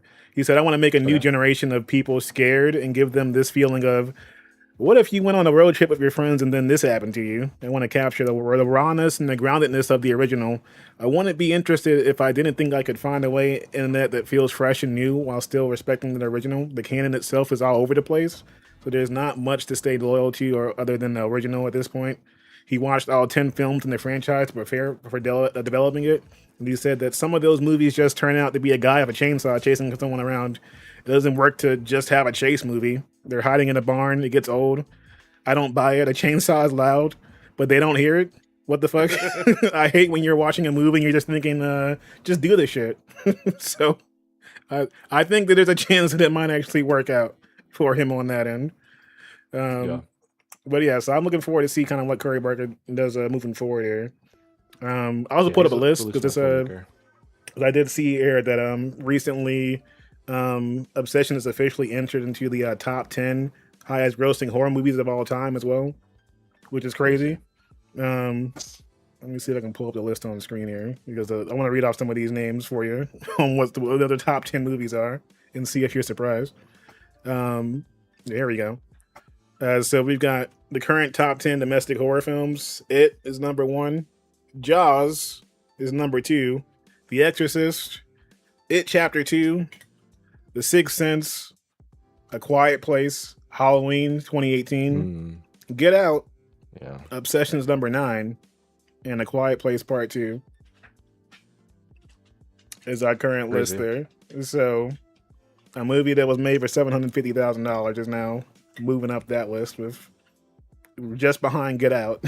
Like it's moving its way up there still, which is insane. It has momentum too. I feel like people are still learning about this. Folks are watching this movie 4 or 5 times. They're going back. You look up your local theater listing for like this Friday night. It's gonna look like opening night. It's gonna be almost a sold out crowd because people are just like you said, going in droves to see it. People are going to see it multiple times. It's a great movie, so I highly recommend it. Yeah, definitely. We're Obsession fans over here so far, and we'll see. What happens with the other projects. But I think there's a lot of pretty cool potential with the One Wish Below situation, which I know he spoke on, like maybe branching that out to other directors and stuff like that too. So yeah, he's talking about making it like an anthology sort of thing, which I think would be really fun. But yeah, another story, not in the film universe but the TV universe. A show I've started watching the last couple weeks that is like way better than I had expected it to be. Widow's Bay just got renewed for season 2. This is on Asif's favorite streaming service, Apple TV Plus. But it's a horror comedy show. And do you guys remember that tweet? There was a tweet like a decade ago where a woman had posted and she was like, I dressed up as the Babadook and went to like this party, and it turns out it was just like adults drinking wine. And it's this picture of her like with the face paint on. I do remember as the that. Babadook. As a bunch of normal people around her. She made this show. That woman, Katie Dippold, is the writer and showrunner of Widow's Bay. Which, one, is crazy, because I think, honestly, it's probably the best marketing the show had was that it was from that viral tweet. But it is essentially a horror comedy, which follows Matthew Rice, who's awesome, of course, but he's playing the new mayor of a town on an island. And it's like Northeast, it's pretty much like a stand-in for like Cape Cod sort of thing, like off the coast of like Massachusetts, tight, small community. But the town is like haunted and has this strange past. And there's a real like Stephen King kind of Scooby-Doo nature to it, where there's just a million stories of like 300 years ago people got stuck here and they turned to cannibalism, or there's a hag that like follows you on a trail late at night, or if you're born here you can't step off the island, you'll die within days. Like there's just like a million superstitions on rumors, on curses. And it's him trying to like navigate that while also like trying to just improve the society on this island and like trying to get people to move there. People are like afraid to visit. He's trying to improve tourism. And it's kind of him just fighting back between like a town that doesn't really give a shit about him, because I think he like becomes mayor by default or something weird like that, or he runs uncontested. And but then him battling the actual supernatural elements. And it does this thing where it is funny. A lot of it is like Parks and Rec style, silly situational humor, where he's kind of like making a fool of himself in front of people. But then like something actually scary will happen. They'll be like, oh yeah, no one goes to that house because like it's haunted. We all know it's haunted. He's like, no, I'll show you guys. It's all fine. And then he goes in there and he gets like chased around by like a clown ghost like through an attic or something. And he has to come out and like act normal. It's really funny. It's actually pretty creepy. That's why I compared it to like It. It has that same vibe where it just kind of goes back and forth. And they just renewed it for a second season. Looking like a little Parks and Rec and, freaking Silent Hill. Yeah. I think the finale just aired. I'm only on episode 3. I think there's like 8 or 9 episodes this season. but I'm digging it. It's like 40-ish minute episodes. Just like a refreshing, unique sort of show. I've really been digging it, and the streaming era is so brutal when it comes to television. Everything gets canceled, so I was happy to hear that it will be coming back for season 2. I mean, it's been shown obviously that Apple was losing money on Apple TV Plus by massive margins as far as like these budgets go, but they seem to be producing some bangers from what I've told what I've seen. Like the actual projects themselves have been knocking it out of the park. I mean, obviously Severance was huge. Severance is great. Sam Chandler loves Silo, which is also here. He's told me to watch it many times, but I know he loves it. Yeah, it's good. And they're doing this thing I've noticed now, which is smart. HBO does the same thing, where they have enough original shows that they kind of time them out so there's always a new one out. So like whenever like one show ends, another one is about to premiere or the second season's about to start. Yeah. That's like HBO was kind of like the on the forefront of that arena, right? When Breaking Bad or when like the next Sopranos season was ready, or Game of Thrones, like something else was like right there ready to start. And yeah, they've been doing that. Yeah, Entourage. They would always stagger Entourage with Sopranos because like Entourage I think was the lead-in to Sopranos at one point, so like they would stagger those. Yeah, HBO was the formula for this. Yes. And yeah, to your point, Denny, Apple doesn't need this to be profitable. They can just jack up the price of iPhone whenever they feel like it. It's true. Look, as a movie fan, someone who just loves the art of film and television, I say keep doing it. I don't care. Do it for the art. Like, give me some good entertainment. Do it for the art. Yes. I'm not mad at that. And if you had these kind of projects happening, they can. I think, whoever I've on this show I've shit on maybe no company more than like Netflix because they're like content slop. Netflix is. They just release anything. They don't market their shows, so they send them out to die. They cancel them, and they put out so much of the like random bullshit that kind of takes up space and oxygen. So I appreciate the services that do it a bit better than them. HBO Max has always been good. Their issue is just branding. They can't take themselves seriously when it comes to like naming conventions. Whenever Warner Brothers dips their hand into the pot, that's when they get issues. Hey, I will shout out HBO, for something though, because the Pit is still fucking awesome. That's true. People love like the Pit. The Pit is freaking. Yes, if you're not squeamish from seeing blood sport in certain places, do it. The Pit is season 2 is wrapping up, and it is freaking ridiculous. All right, if you don't know the premise for the show, it's one day in the hospital, basically each season, one day in the ER, urgent care, whatever. Each episode is 1 hour during that shift. And it is real time, non-stop. They are moving around. It is getting crazy. It's got some of the team from ER, the original show, involved with this one, but it's HBO, so they can get into all that any given time. There's like shooting situations, all kind of craziness happening. But they've been knocking it out of the park. They did win some Emmys for the last season. They're going to be up for it again this season too. Yeah, the Pit is. Oh, so I can't watch it. I didn't get to hit the news. I just remembered. But Variety and a couple other places were reporting that since Netflix lost the WB acquisition wars, they are trying to acquire Lionsgate now. Which, I mean, Lionsgate's not doing the best right now. I mean, they just had Michael, which is probably their biggest movie in like a decade, if I had to guess. Yeah. Hunger Games is like their biggest IP, which kind of tells you everything you need to know. Hunger Games is great. Those movies have made a lot of money, but they would not be like a top 5 IP at Warner Brothers or Disney or even probably Paramount at this point. This is giving Sony buying Bungie after Microsoft bought Activision Blizzard. It's messy. I also don't feel like people still don't trust Netflix when it comes to a lot of that energy right now, when they were very vocal about not caring about theaters at all moving forward. And and to Donovan's point, like they just buy crap and shove it onto their platform. Yeah, and they don't market. They're just they're like, oh, you can put something on screen for 30 minutes. That's good enough for us. Like you look at the quality with quotes around it of their stand-up comedy specials, like those shits aren't special. Yeah, nothing like, special. You got an hour for us? All right. Yeah, it's like I Yeah. don't know. I feel Which- like even the movies that they're greenlighting from Adam Sandler and shit, like some of the stuff is just trash. No, they just churn stuff out. And It's been good though. I Netflix, haven't shat on Apple here. I was surprised. I respected it. I'm curious to see Well, how Netflix does this fall, because Netflix has been very anti-theaters. They're going to get into the theater business soon because they have. You remember that's why am I drawing a blank? It was the what was it called? Once Upon a Time in L.A. Came out way back. It was a Tarantino movie. I say way back. It was 2019. But that Tarantino film is getting a sequel. But he didn't direct it. He wrote it. It's being directed by David Fincher. That's a Netflix movie, but they're gonna put it in theaters this fall when it comes out. Yeah, which I think is interesting because they usually don't do that. And then they're doing Narnia. The new Narnia movies are Netflix, and they're gonna get those a theatrical run in 2027. that is So one yeah. Good luck with that one. You're not hyped for new Narnia? New Netflix Narnia? No, I am. The Yeah, that allegory for the That sounds. Bible?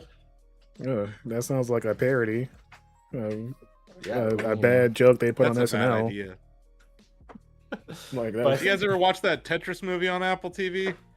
I did see the Tetris movie with Yeah. Taron Egerton. Yeah, That was where they I like how Or race to we've the gone, airport at the end. full circle from Solo to Tetris. Yes.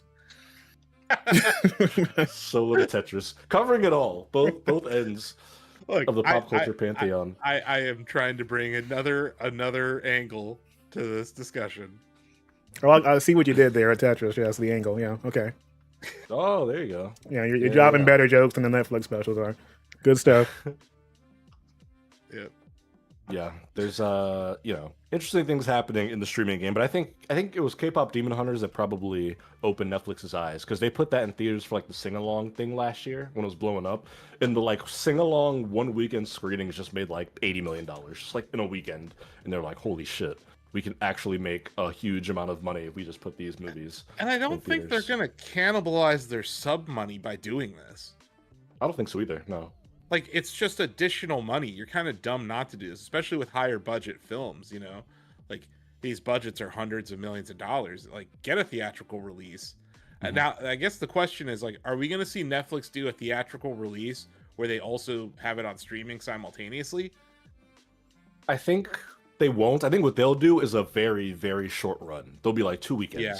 Like, hey, this is in theaters for like 2 weeks. You know, the people Or- who really, really want to go see it. Monkey Paw Curls. Or they introduce another tier.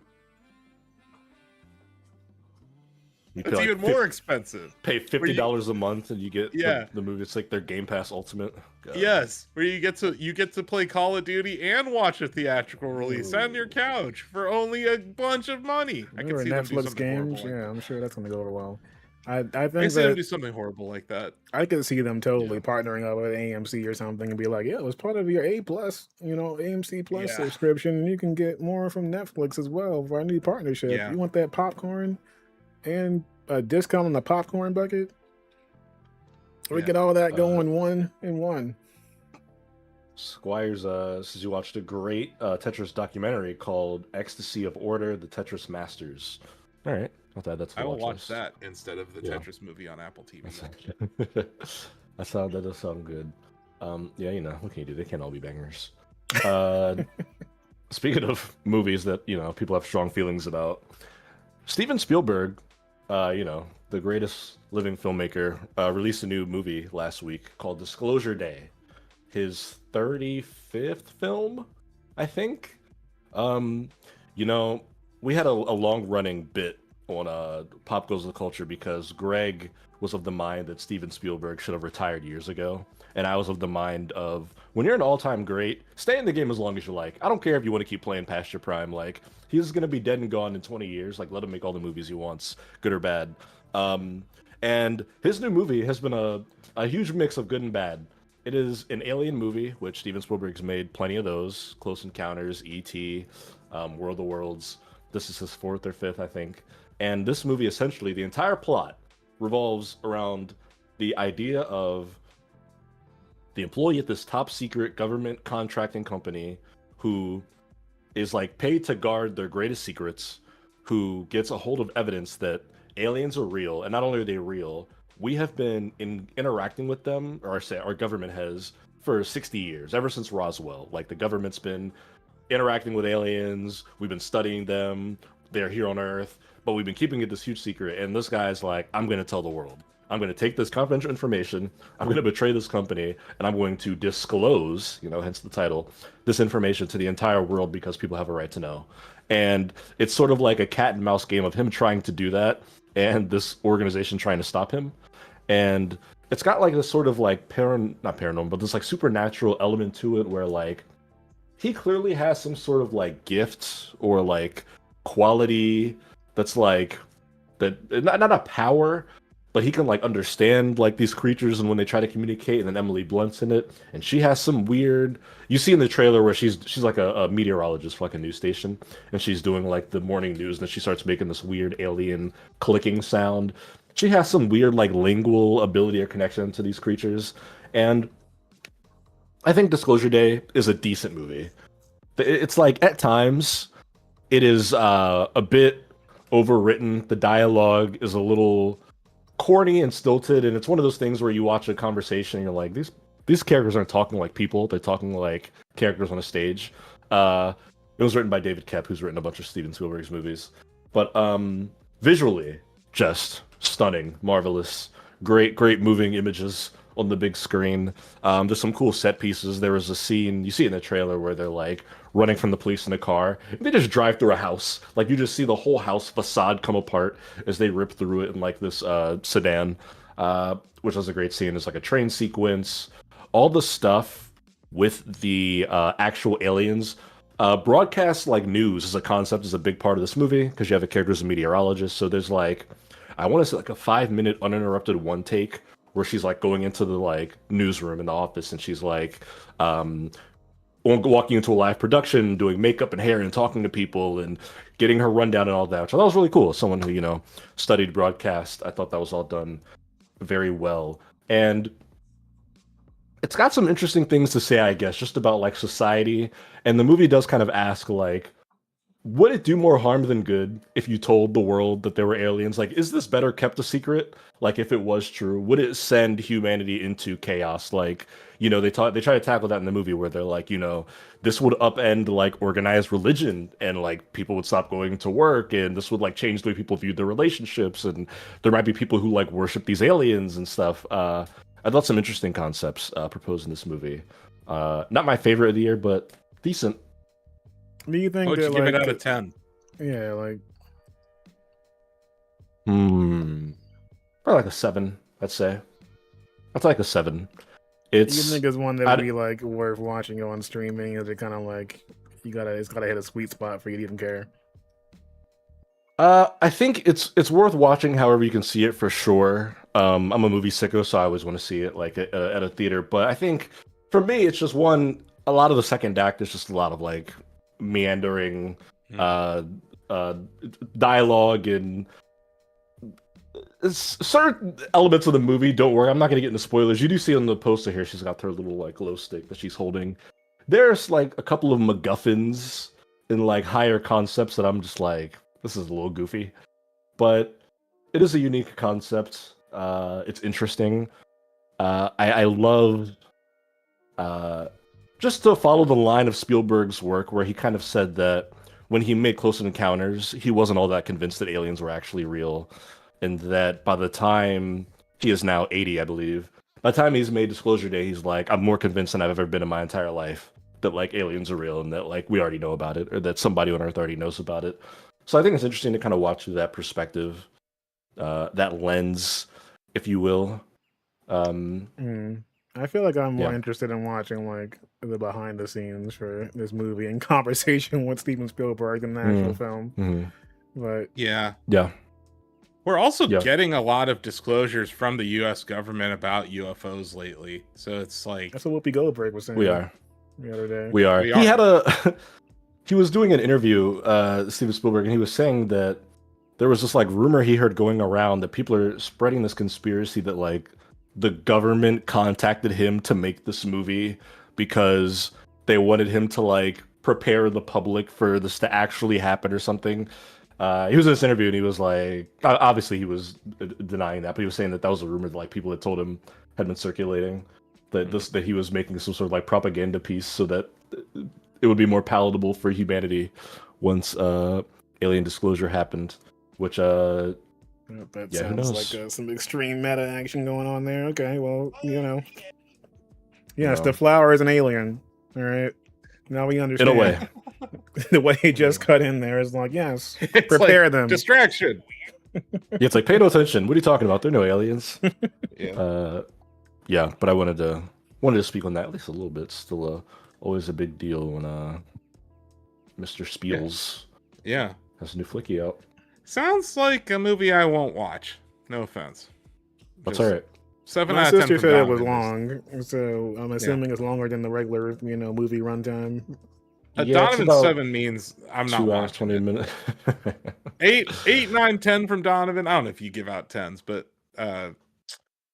Sometimes, not often. Obsession's up there. Obsession's like a 9.5 for me. yeah. I would highly Obsession's recommend. definitely worth watching just to have an opinion on, Yeah. even if it's just Yeah. talking with other people. But Yeah. I feel like when there's situations where like things are kind of like in the in-between space, where Also, You like know. horror movies are fun to watch in the theater. You know? They are. Like this Yeah. seems like I could watch this on my couch and I wouldn't miss out much. I have a big TV. I'll be fine. There's your, the disclosure of my feelings about Disclosure Day. wow, okay, well, you get that. It's Asif had a better joke that wasn't the joke earlier. Okay, I need to step your game up. Look, let's get into some music news. Asif, I saw you tossed in here that I threw it in there. I gotta shout out my Mega boy Ran is Mega Ran. on tour. Yeah. Who is, gosh, it's crazy to believe that he's one person. It feels like he's just so busy. He's always doing something. He's opening for another person, MC Chris, from Oh, okay. Adult Swim fame. He's going to be playing Tulsa on June 18th, which is today. Fort Worth, Texas on the 19th, Juneteenth show at the Post, opening for MC Chris. Austin, Texas on the 20th with MC Chris, and then Houston on the 21st. So big weekend. If you're in Texas or Oklahoma, you can check out Mega Ran. He's on tour all summer. He is coming to my neck of the woods. I was gonna say he's going to Cleveland and Chicago in here. I'm seeing. Yeah, Cleveland on the 14th of July. He's going to be at the Grog Shop. I might have to hit him up there. And then, yeah, he's going to be at Lollapalooza. Denny? That's Nice. insane. Like, this is big moves for our boy Mega Ran. Man, August that's 1st. huge. Like, so proud of the guy. So, yeah, just wanted to shout out Ran. Love his music. He was Grammy nominated last year. Like, dude's on a rocket ship. I ain't put on the list here, but Eve dropped the Tiny Disc as well. If you remember Eve, we had an Eve show. Yeah, I saw dropped the that. Tiny Disc this week, and folks were going crazy for good reason. It was a banger. I love so Tiny definitely Desk. worth checking that out. That is Also, really it's cool. it's been a couple weeks, so just a reminder that this month is Black Music Month. All right, support Black artists of all kinds. Obama's definitely doing some of that with a few different stars, but yeah, support your local artists and such. There's plenty of summer concerts and stuff going down. There's also plenty of that action happening in different ways, even at your local libraries, which got some cool stuff going there. Some changes. Shout out to our Discord. We have that music channel where Oh, yes. I was chatting with you about you mentioned it on a past episode, Duran Bernard.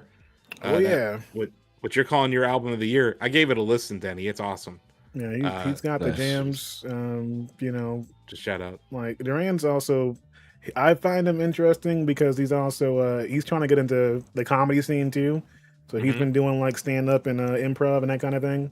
And he puts a bit of twist on that on some of his live shows and stuff like that too. So like he's really good at like working with the crowd and getting that rolling. So really I feel cool like guy. Every stand-up comedian wants to be a musician, Denny, and every musician wants to be a stand-up comedian. So like he's kind of both, which is cool. Like it's a cool mix. Yeah. No, just I listened to his album on your recommendation. I have to say, it's very, very good. There's some good vibes. He's also an artist that like he understands his audience, but also like most of his albums, there's like he'll put in the intermission song, where it's just like, hey, take a moment for yourself, your self care. You know, take some time to breathe here. Like this is your song for that, and then we're gonna get back into some more music there. So I like when you have artists that also care about the mental health side of things and have some fun with it too. Yep. Nice. Denny, I'm curious. I know it's happened a while ago at this point, but did you want to talk about this wrestling news you had shared with us? There's a little bit of offline chatter. Yeah, I don't have like a necessarily an image or article prepared right now, but yes, New Japan Pro Wrestling got acquired a couple of weeks ago, and obviously it's a fairly big shakeup to a certain extent. Now there were some talks, you know, about kind of like some drop off period happening for the company as a whole, and that led to some kind of infighting, both between previous New Japan wrestlers and then some of like the behind the scenes stuff. Obviously, you get some stuff from the quote unquote dirt sheets and such, but from reputable sources and that kind of thing. People are worried now because of after the acquisition and so much of that being somewhat tied to what people are calling like poaching of talent involved. There are plenty of dual contract wrestlers, like you know, Takeshita, for example. He's got both a contract with you know, one and the other, and folks like John Moxley, for example, were involved at New Japan for a bit. Had some really, you know, cool runs before switching over. Will Ospreay, you know, who's pretty much a massive name for AEW now, you know, also made the switch, and we've got, you know, faiths like Gabe Kidd, other mixtures of those kind of wrestlers moving on over. But at the same time, it's like there's been financial issues with the company in several different ways that have brought things up in a way that wrestlers have been kind of worried about, like, you know, how consistent they'll be able to be, you know, year in, year out. And with Tony having a pretty high bankroll, folks are going to move over for financial security in certain extensions. And at the same time, a big deal, even on the AEW end, which they're actually preparing for right now, is Forbidden Door, where they have that crossover pay-per-view event where you've got, you know, both Stardom, you know, New Japan, and people crossing over between one and the other, and showing up on both promotions, you know, attacks and stuff like that happening the past couple of weeks. And like, oh, you think you're the best in Japan? Well, I'm the best all over the place. This country, that country, it doesn't matter where you are. You know, just that kind of energy has been flowing between each end. And, you know, we're not quite sure if Forbidden Door will be as, you know, big of an invasion kind of angle next year, depending on where things head in the future for New Japan and such. Their president and such, Tanahashi, you know, he had his last match this year. And it seemed like kind of after like the celebration involved there was definitely a shift in the tone and mood with the company. And of course, you know, like, I mean, Hiroshi Tanahashi's been around for forever. So he got that kind of send off, kind of the same way you kind of see from folks like Sting. And folks are like, okay, well, between that and the company itself getting bought out, it's kind of time for us to move on. So I want to see kind of like if there's ways to kind of dig themselves out of that hole. Even folks like Evil, for example, ended up in WWE now, with a major kind of contract situation. He's on NXT and stuff like that. And then we found out that he's been dating Io Sky for the past 5 years or so, and they got married. Get married? Yes. Yeah. And they've been like basically hiding the entire relationship this entire time, and had a whole documentary and like footage and stuff like that over several years and months. So like stuff like that's been happening more recently. So there's still some fallout, and also we have to kind of see where things go from there. But you know, obviously there's so much legacy tied to New Japan, and if there were ways to kind of save some of that moving forward, I'm interested to kind of see how they do that. When you have benefactors like Tony, it's different in comparison. They have a really interesting business model, Denny, in that like you can't really watch their stuff without a subscription. Yeah. Right. So that's a problem. AEW doesn't run into. Obviously, AEW has PPVs and stuff, but like the shows, you know, the Wednesday, you know, like you can watch AEW for free or cheap. But New Japan also, like in Japan, has a ton of house shows, and that could really hurt like the local scene, and that could hurt like the lesser prominent wrestlers, right? Like some of those like double A Japanese wrestlers, or some of those like Westerners that like kind of rebuild their careers over there. They do that through house shows. So this could really impact the wrestling So scene in Japan. that's the other half of some of that, Asif, is that around basically like within 2 weeks of this announcement and everything else going on, AEW shifted to having an actual My AEW website where they do give access to the other indie scenes. They've been basically getting contracts made for a partnership with the indie companies to be able to air their stuff on this website. Okay. And they've been picking up stuff like the local Chicago wrestling scene. They've added their content into the mix for like both live shows and other things. And so folks are like, hey, will this partnership move into some of that for both locally and Japan for some of this instance? Because AEW owns ROH as well. So Ring of Honor is also one of those subscription service situations that is being kind of paired into this. And folks are thinking that they're probably preparing for maybe making ROH into a TV situation if they can land a channel.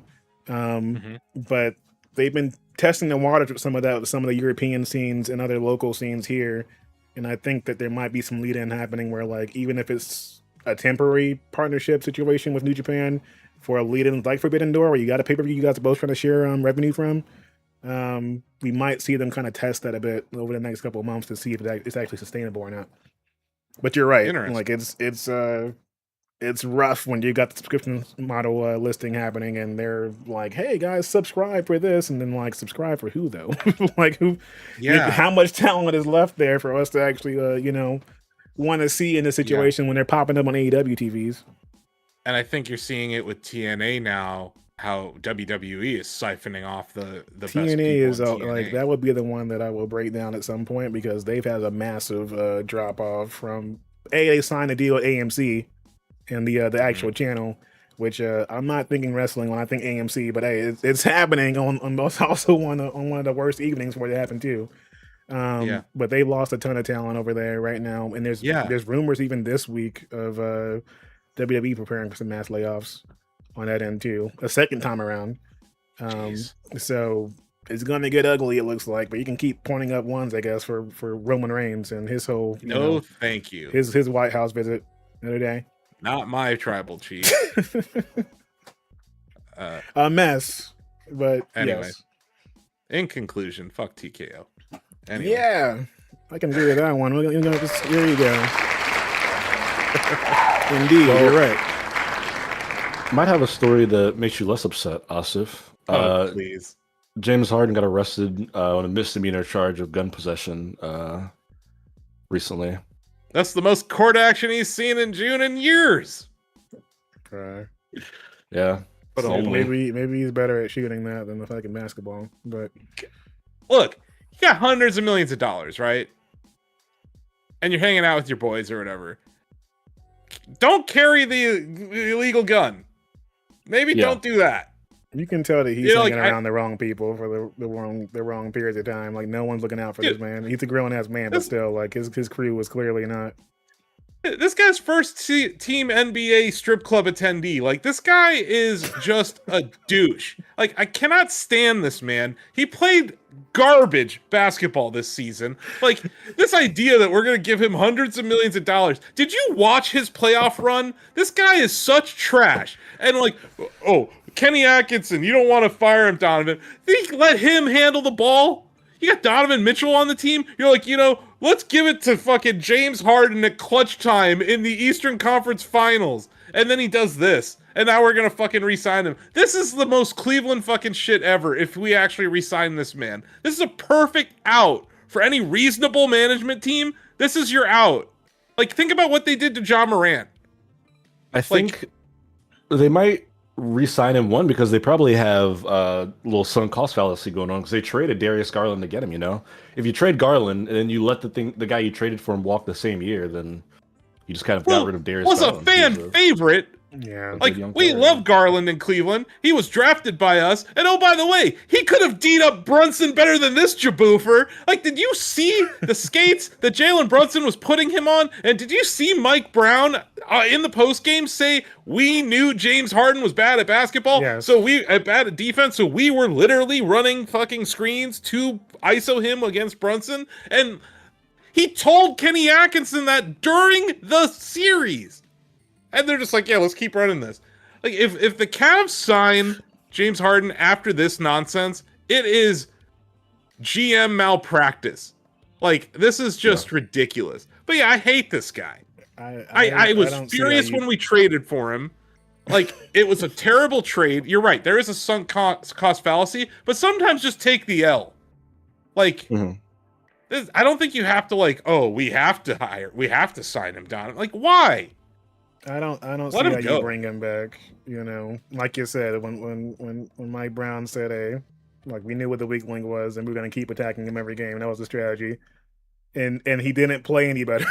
Like, that didn't fire him up at all. When someone's calling you out, when the coach is calling you out in the press conference because he knows you won't do anything about it, that tells me everything I need to know about your character. When he's like, "Oh yeah, you know, I mean, look at the team. You know where we're going." Well, like that's enough to tell me that you're trash. I'm not a Lonzo Ball fan. He's a better defensive player than James Harden. And like Darius Garland has injury problems, but when he's healthy, he's a better defensive player than James Harden. James Harden is a defensive liability. Yep. And on offense, he's kind of washed. Like, how many times does this man fall down after a shot? You know, everyone was giving crap to Shea Gilgeous-Alexander about how he flops. James Harden invented that. Like, you breathe on this dude, he falls over.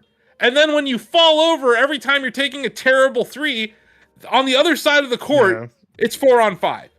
So, like, there's twofold here. I can't stand this guy as a human being, and I can't stand this guy as a basketball player. And if the Cavs re-sign him, this is ridiculous. Like, it's got to be really frustrating to watch like that many flops happening, and then know that you're going to be running down the other side of the court, and folks are going to take advantage of any sign. Yeah, like think what it does to your teammates. Like, you got Mobley and Allen busting their ass for you. Like, there are some good players on the Cavs. It's not like, you know, they were the number one team in the East like last year. Like, that's not by mistake, you know.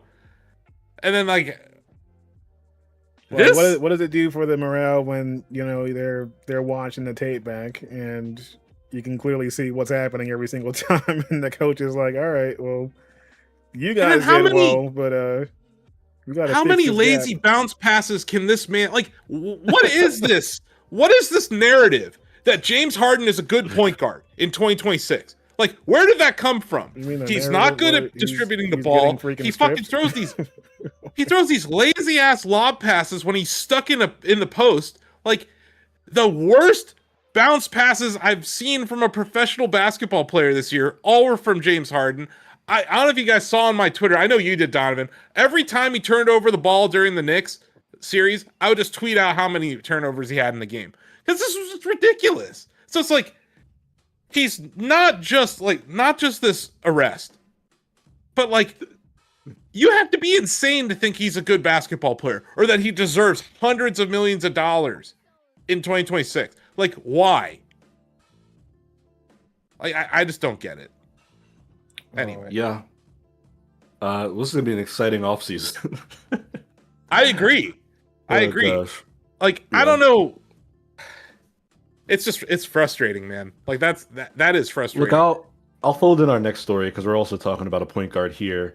Trae Young just opted out of his player option last night, but that's because apparently he's planning to sign a 3-year deal with the Washington Wizards, which is the team that traded for him last season.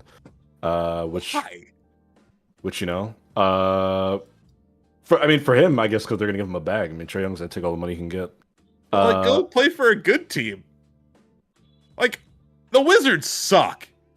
Yeah, I just don't know if Trae Young cares that much. We see time and time again these players pick whoever's the highest bidder over the best team until they get older, you know. And except for Jalen Brunson, who took less money. Yeah.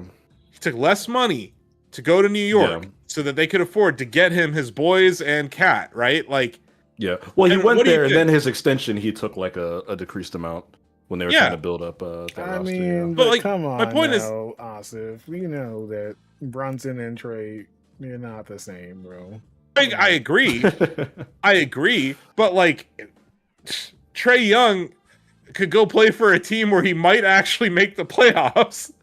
Well, I mean, from his perspective, I mean, the Wizards are terrible, yes, but they're young. They got the #1 pick, so they're about to get like the best prospect, probably AJ Dybantsa or Darren Peterson. Anthony Davis is still there. Made out of They've got, glass. yeah, but hey, when he plays, he's good. They also have Sar, who's actually really good. He's just on a terrible team. And it's a new era. That team could be rising. They're in the East. It doesn't take much to make the playoffs in the East. He probably sees himself as part of a new era of that team. I think that he's thinking of like the locker room dynamic, and then also like where he would line up on that side of things between like being quote unquote a leader of the locker room, and then also like you get in here with these young boys, and like you got. I mean, he's gonna average like 30 points a game. Yeah, like you're gonna be like in a face situation where like you're getting the attention that you want, but also like there's not as much expectation either, considering where they are. And it's Are the Washington, Wizards DC. cursed? Are they just cursed to be terrible forever? If this #1 draft pick doesn't work out, then I'll say yes. Because this is like 20 years of mediocrity at this point. If they blow this, then yeah, I'll say they might be cursed. They had that #1 moment. pick was John Wall. They had that moment when they had Gilbert Arenas and Larry Hughes and a couple other dudes. They went to the And Tom playoffs with Jameson. that John Wall Bradley Beal team. They just weren't good enough. They were playing during the era of like the Heat and the Pacers. Yeah, the and Heat. They just weren't. They weren't The holding a Celtics. candle. Yeah, Celtics too. Yeah, it just wasn't even a conversation. But yeah, if this pick is like some historic bust, then I'll be like, geez, okay, maybe they do need to like move and rebrand. But I'm just gonna, I spent the last 20 seconds holding in my Danhausen joke. All right, this man said cursed, and I didn't go for it. But I would have to agree. Gosh. Yes, they're running the course of like if they fuck this one up, it's gonna probably Look, hit that direction. I'm not a Wizards fan. I wish for them to be good. Growing up, I like the Wizards because they're just regionally our closest team in Baltimore. They used to be the Baltimore Bullets. So I have pictures of me back when the logo was an actual wizard and their colors were blue and brown and whatnot. Don't root for them anymore. Ravens, Can't really. Compared to the Ravens got my Commanders. O's. But well, yeah. Commanders also in Maryland, playing over at FedEx Field, if that's what they still call it. But yeah, look. Eventually, all these bad teams will be good again. The Knicks were terrible for so long. They finally figured it out. Like the law of averages and numbers, they'll get lucky at some point, right? They'll just trip into a brilliant player, a mastermind coach, or you're maybe saying both. this casually. Like the Knicks haven't been the team that they've been longer than people have been alive. Folks have worked. Also, they've been born the and New Orleans worked. Pelicans exist. Yeah, folks are working. Fucking, they're retiring before the Knicks got a championship. People might be old, but it'll happen one day. But the Pelicans, I think, will be good at some point. They've been good. They just weren't good enough. They had. But they're also they have their issues. Zion Williamson was going to be the next LeBron James, and then he ate everything. He ate everything and then played like 20 games a season for like 3 years in a row. Yeah. I think that's also a thing too right now is that folks are looking for like their LeBron situation, but then like the league has also evolved in different ways where like that's not necessarily sustainable with like how team play works. Also, those guys are outliers. You don't get a Shaquille O'Neal every year. You don't get a LeBron James or a Kobe Bryant or a Michael Jordan. Yeah, like they want that big draft move for people to be excited about. Yeah. It's like they still have to play within a team, right? And then you have to be able to play in a situation where like the other team's going to try and shut that player out. Like, but I agree with you. Like Trae Young, I'm not comparing Trae Young to Jalen Brunson. They're nowhere near each other. But like, it's just he was drafted highly. He was an all-star, and he was part of this trade. Which like, kudos to the Hawks for like dumping that salary cap and still making the playoffs. Like they were running the other way after that one. Yeah, like good for them. They dodged a $100 million bullet. Yeah. Speaking of contracts, we got one other contract news. Yeah, I was going to say, speaking of LeBron James situation, this is going to be probably a story that just continues to develop over the summer. It always takes forever to resolve when it's a LeBron thing, but apparently the Lakers are not expected to offer him anything close to a max contract. That's from Dave McMenamin, ESPN. Now, there was a report. Correspondent. There you go. There was a report the other day that said that he was in discussion with them about returning for, would be 24th season, I think. Yeah. So we'll see. I mean, here's the thing. Them not offering him a max contract doesn't mean that they aren't offering him a contract or that he wouldn't accept a contract, He wants max money, man. Maybe. I don't know. I don't know if I believe that. I do. The Lakers That guy- energy, though, like I feel like what's Bron's plan potentially after leaving the league? I feel like that's a factor when it comes to how he wants to go out. Business. It's his production company, him and It's this Maverick. Las Vegas team that he's about to own a stake in. I heard him and Shaq might go in together on that, which would be really interesting to have both of them in an ownership group in Vegas. Yeah, he wants to own an NBA team. He already owns it. What's it called? What's his production company called? Can't remember. Oh, I know you're talking. I forget the name, but they're in Hollywood. They did Space Jam Legacy. Not that they do their podcast too. Okay. Like they do a ton of stuff. Yeah. So like, yeah, he's a businessman. But when you're LeBron James, you can be a businessman anywhere, right? You can be in Northeast Ohio and jump on a Zoom call if you have to. He also, in my opinion, his story is cool because it's a kid who literally grew up in like the worst part of Akron, Ohio, and like was bouncing off of people's couches because his mom didn't even have a house at one point. Like he lived at his coach's house in high school, right? Like this is a guy who came from nothing and became, nearly a billionaire, right? And he did win a championship in Cleveland after leaving and coming back or whatever. I think it would be cool for him to end his career in Cleveland. And gun to my head, if I had to give James Harden money or LeBron James money, I would give LeBron James every last dollar he wants to come back to Cleveland for as long as he wants and let him do like a proper send-off tour and make him the GM, the de facto GM while he's here, and put together some kind of LeBron Expendables team. Whoever the fuck he wants, bring him here. Trade whoever the hell we have to. Because, there is a rumor that Giannis might get traded to the Cavs. Yeah, they're one of the teams in the mix. And if you're talking about changing the balance of power in the NBA, Giannis Antetokounmpo is one of those moves that could actually make someone interested in coming to your team. Mm-hmm. No, that's true. Yeah. And some of the other teams seem to have dropped out when it came to the running for that end. The only issue is you got to give up something grand to give him. What are the Bucks? Mobley. You have to give up Mobley and maybe more. Mobley and maybe some picks. Yeah. And like, if that's what it takes, that's what it takes. I love Evan Mobley. I think he's great. I like Allen and Mobley. Like, those are like, or maybe you give up Donovan Mitchell. That's what I was going to say. What if the Bucks say, put Donovan Mitchell in and he's yours? Do the Cavs pull that trigger, or do they shy away from it? If LeBron's coming, yes, you do. I feel like I would love to see LeBron and Donovan Mitchell play. That kind of LeBron run, then I feel like you make it the big deal that you want it to be for your franchise. We're like, I'm shooting a documentary that year. Like I'm getting like every amount of camera time going with him. It's a tough sell because he's probably got. What if it's probably like his last season, right? Maybe one, maybe two. Like let's say you do this, you move mountains, you get them, you have a fun farewell season. You don't win a championship because they're better teams in the East, and then he retires, and now your team's like, no, fans are like, wait a minute, this team sucks. Like I feel like they're gonna have to do some explaining if they trade away Donovan Mitchell, who will be playing for many more years in the NBA. Is he a winner?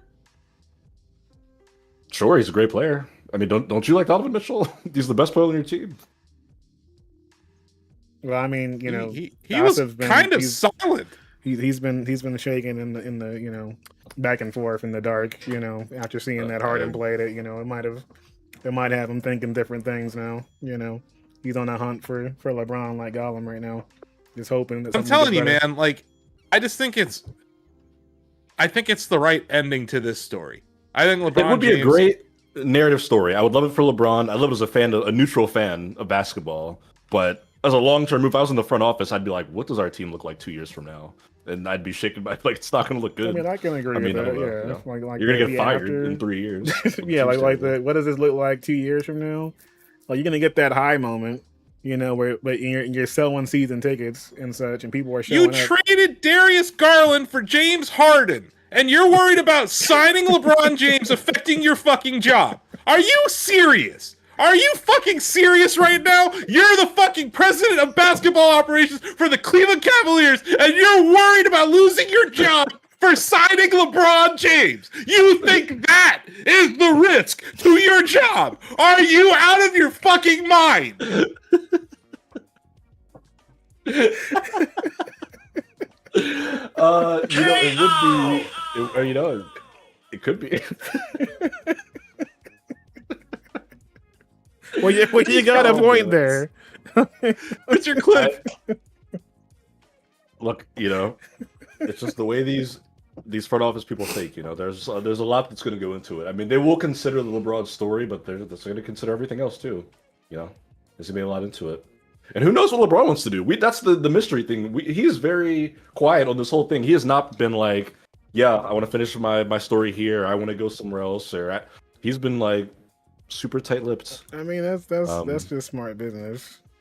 Like, yes, Ron's been around long enough to know how to make that work. Him and his team, Denny, are very smart, and they know what they're doing.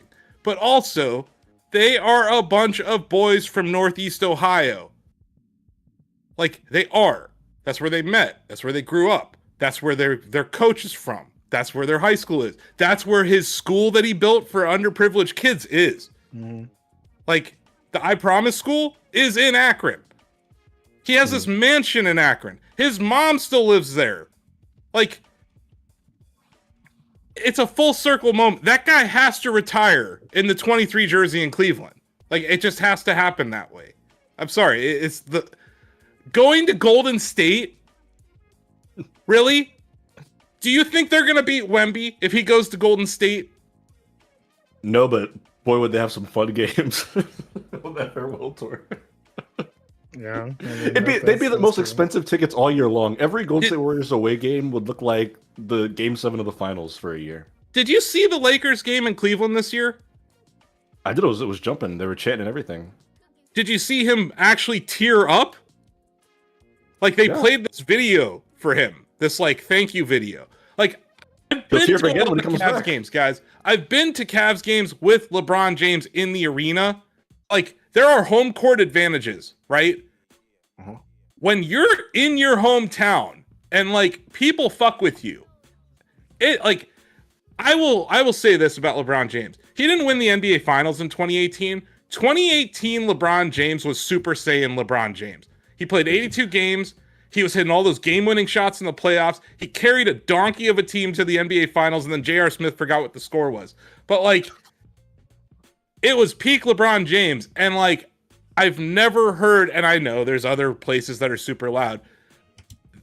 Rocket Arena, whatever they call it now, is an insanely cool home court for that guy. And, like, when Bronny James hit his first shot in the league, it was in Cleveland, and the Cavs fans were chanting for Bronny to even get in the game, and they went crazy for him when he hit the three. That family cares about that. I did have a good day, even though Donovan triggered me just a few minutes ago. This is ridiculous stuff. Oh, I'm worried about my job. I signed LeBron James. I'm going to lose my job. Please. Not signing him, but like trading your like younger stars who are like great players. I mean, I understand what Asif's saying. I like, look, okay, I'm seeing like the LeBron return, like the way that like the Sting retirement tour was in AEW. Yes. All right, after you got the shitty one in WWE. Like, you get the actual run, get some high key, matches, you get your massive, crowd and the pay-per-view and everything else there. And folks have a feel good story and they also feel good about your legacy. It leads to, Sting started showing up on commentary and stuff, and getting some of that love too. So like things were happening off afterwards that worked out for everyone. Like there's a win-win situation in there. It's just, where is the organization willing to settle afterwards? But they're going to have that kind of goodwill until the next season rolls around. I'll say this about LeBron James. He is like a locust. He's like a swarm of locusts when he comes to your team. Things are great for a little bit, but when he's gone, your team is fucked for years. And that's going to be, like, the Lakers have issues. They might lose Austin Reeves and LeBron James this offseason. And then they are legit in a rebuild around Luka, right? When LeBron left Cleveland, we lucked out and we got Kyrie in the draft, right? And you could argue if that was lucky or not. Kyrie struggled for years. We got Tristan Thompson the next year, but it was a rebuild for a while, and we were a terrible team for years. But then we built a very young core, and he came and played with us again. Then he took us to brought Kevin Love in. You know, they made some moves. Yeah. Great team. But my point is, like, this Cavs team is not a winner. Do you think this Cavs team can beat a healthy Indiana Pacers and a healthy Boston Celtics and a healthy New York Knicks? I don't see this Cavs So why the fuck do you care? Why the fuck do you care about having a 4 seed or a 5 seed in the Eastern Conference when you can have LeBron James? What's going to pull in more tickets? If you're a business, LeBron James farewell tour will pull in more business. Yeah, it will. Just from, like, you sacrifice the next 3 years because you have the farewell tour. Like, that to me is, like, do you think Lakers fans are sick of having LeBron there because they're not winning? Cavs fans are conditioned to being losers. Having LeBron back would be the win. Yeah. I that's your point there. Wonder yes. if that's. I wonder if that's how everybody who's making these choices see it. I wonder if that's how he sees it. I wonder if that's how the Cavs see it. Like, the important person who makes these decisions is Dan Gilbert, and he 100% understands this. Mm-hmm. Like, I think that's the thing that matters, is that Dan Gilbert understands it. And yeah, like, you are going to have to work with LeBron's people to figure out who he wants there. But, like, run it back with, like, bring Kevin Love back. Is he retired? No? Bring him back. I love that guy. You know? He's, like, not retired, but he's, like, in a Udonis Haslem place where he was on a roster, but he played, like, 0 minutes a game. He was just, like, there. So, but that's the kind of guy that you need to be like, hey, he pulls James Harden aside and is like, stop throwing the ball to the other team, you dumb motherfucker. And then he throws him down the bench and he doesn't play for the rest of the season. I don't know. But, like, this is just the absurdity that you're an executive in the NBA worried about signing LeBron James, and you're the one who traded Darius Garland for James Harden. That is an absurd take. No, so, like, we'll see. Let's say LeBron doesn't come back to Cleveland. Do you really think he's going to go to the Warriors? I think he could. I think he loves playing with Steph Curry. He was so happy at the Olympics playing with Steph Curry. Yeah, that's true. He smiles so fucking hard every time they do their secret handshake. Yeah, no, but him and Steph Curry are like boys. Like, he loves Steph. LeBron has 400 different secret handshakes. He talked about it on his Mind the Game podcast recently.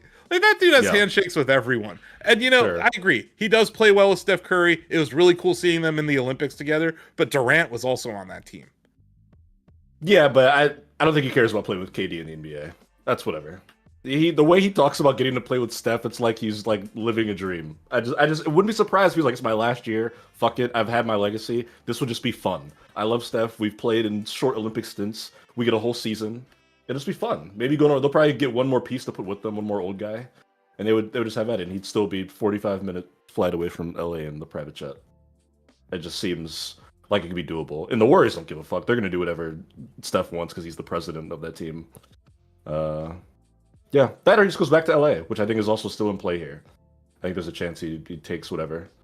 And he just, you know, I think he had an interesting end to last season where there was sort of that, like, warring ideas of, like, whose team it was. But the last couple months, when Luka kind of started going crazy and LeBron was just sort of like the third option behind him and Reeves, he kind of settled into that position. Then in the playoffs, they needed him when they both got injured, and he stepped up, and it was this really cool run. And you got to watch playoff Bron again, who's like different level, dude. Yeah, I don't know. Yeah. Did you guys watch there was like the Starting Five documentary on Netflix where they had, like, behind the scenes of these different players? Yeah, they did 2 seasons of that, right? Did you see LeBron James' feet? Yes, I've seen them before. For LeBron's feet. All right, no. I'm just saying that man's feet are super fucked up, dude. Like, this is 24 years in the league, like, and he's already done all these superlatives, right? Like, he passed Kareem Abdul-Jabbar's scoring record. He alley-ooped to his own son in an NBA game. Yeah. like He's done it he all won at a this title point. in Cleveland. He came back from a 3-1 deficit. Anyway, I mean, like, I Yeah. don't see anything wrong with him making it happen in Cleveland and such. I Yeah. think that if that's the goal that he wants to have happen, then it will happen. I Yeah. just I think that at the end of the day, it's going to come down to like it being like a LeBron decision more than anything. it's money. We're gonna find out this summer.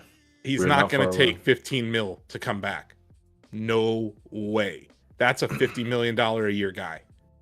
He is box office. Yeah, for a full fucking season, yes, he's gonna take that kind of cash, especially playing on that team. He is. I Yeah. guarantee if that 15 mil story from LA is true, he is insulted. His people are insulted. Like, what are you talking about? Me? $15 million? No way. No way. Especially after the way he played in the playoffs, Donovan. No way. Yeah, I mean, we'll see. I keep saying we'll see. We're in the offseason. He's worth a max Decision- contract.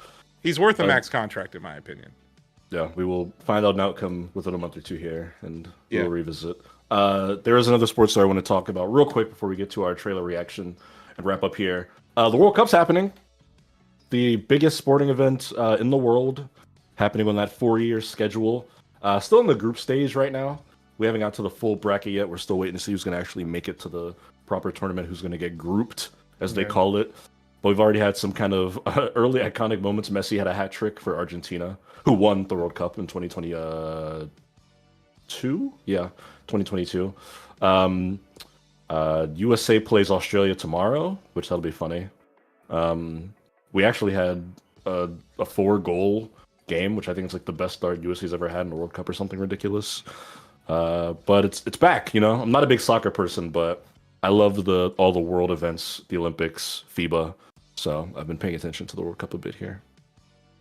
People are definitely hyped for the World Cup, and like I'm seeing the effect in Chicago here. Like taking rides down Lakeshore Drive and such, and there's like cars pulling up with the horns honking, ladies outside the car windows with the flags waving through after the game. Massive traffic. Like it's every bar is full. The World Cup is a different situation, which I think like people kind of like. I see it from like some of my friends who have left the country and are considered international, and they're like, oh, are those like what you guys call football here? You think those numbers or something? Like soccer is massive. All right.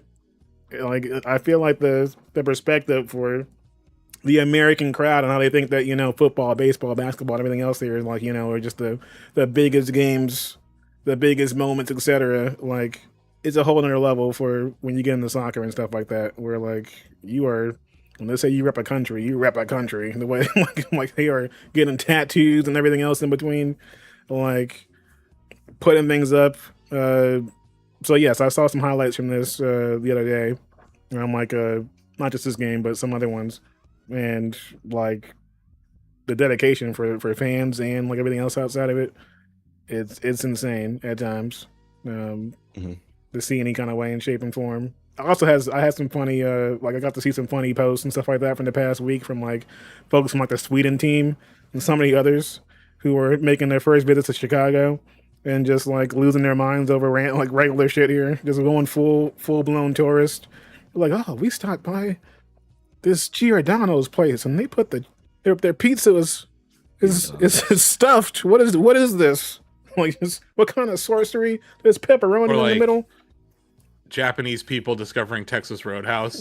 They're like, this is the best dollar for dollar steak you can get in the world, in their opinion. And also like, I don't know if you saw that video of like Japanese people cleaning up the Dallas stadium. Have you guys seen that so I don't watch the World Cup. I boycott it. I love soccer. Played soccer my entire life. First sport I ever played, last sport I ever played competitively. Played goalie, played defense. I absolutely love the game. I hate FIFA. I think it's one of the most corrupt organizations on earth. They gave Donald Trump a peace prize earlier this year. It has been at the center of so many different corruption schemes with officiating. They're the worst thing to ever happen to soccer. So I don't support it. I don't watch it. So like, as someone who loves soccer, it hurts me to not watch this. but I don't watch it. I also don't watch the Olympics for similar reasons. I think the IOC is super corrupt as well. Being a U.S. soccer fan is like being a Cleveland Browns fan. I gotta say. Yeah, we suck. We are not good. We have put our eggs in all the other sports. There's Yeah. no athletes pursuing soccer in America. To your point earlier, Denny, it is the world's game. It's one of the cheapest games to Yeah. get into. If all you need is one kid to have a ball, and then you just throw 2 rocks on the street, and there's your goal, right? So I think that's what's beautiful about soccer. You don't even need shoes.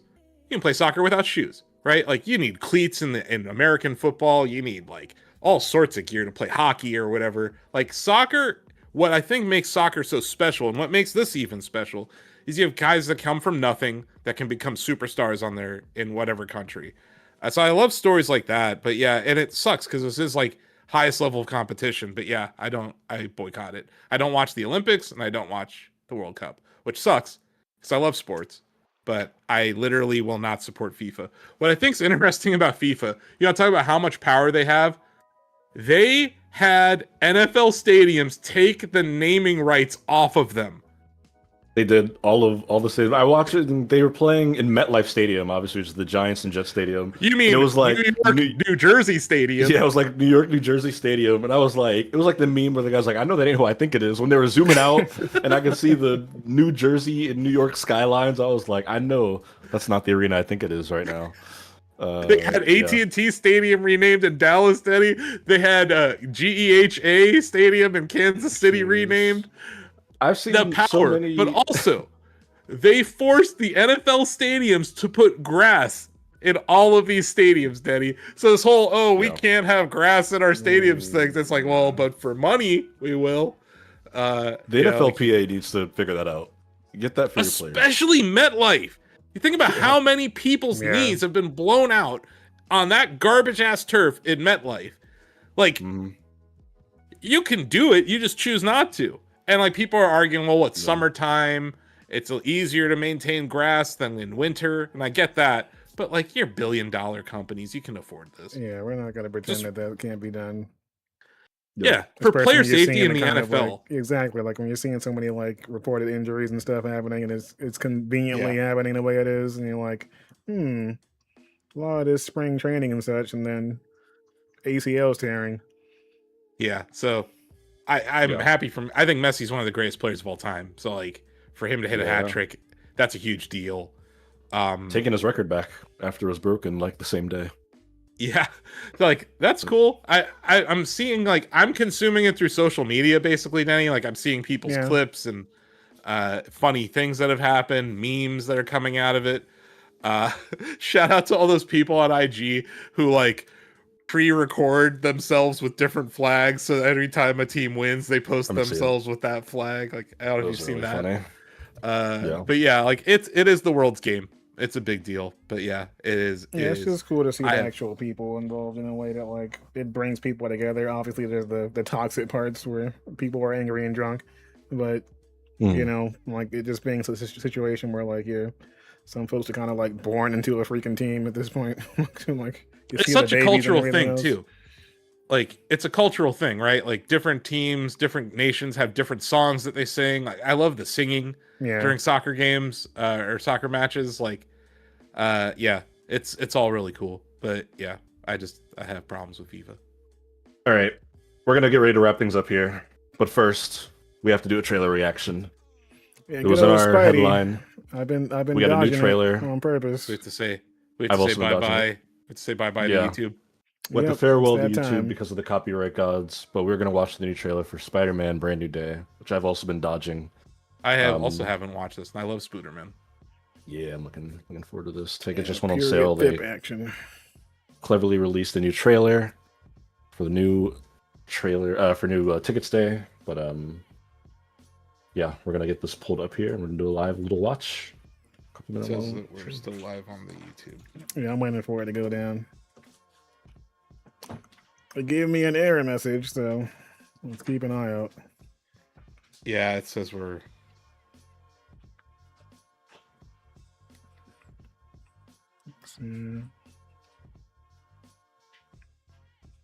YouTube. There's like a little bit of a delay on Restream, I've noticed, like 30 seconds or so. Yeah. It still says we're live.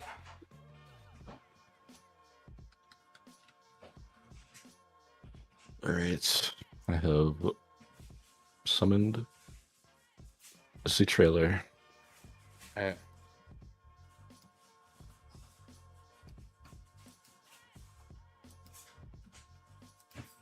have it up too. All right.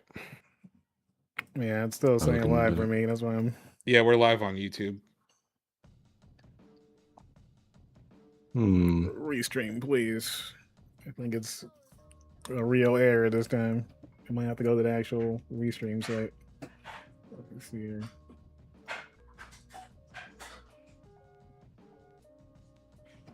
Don't want YouTube to get us. No. Preferably not.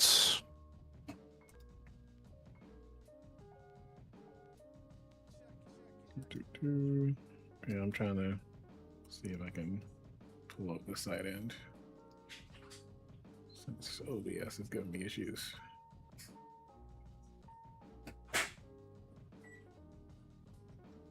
Oh man.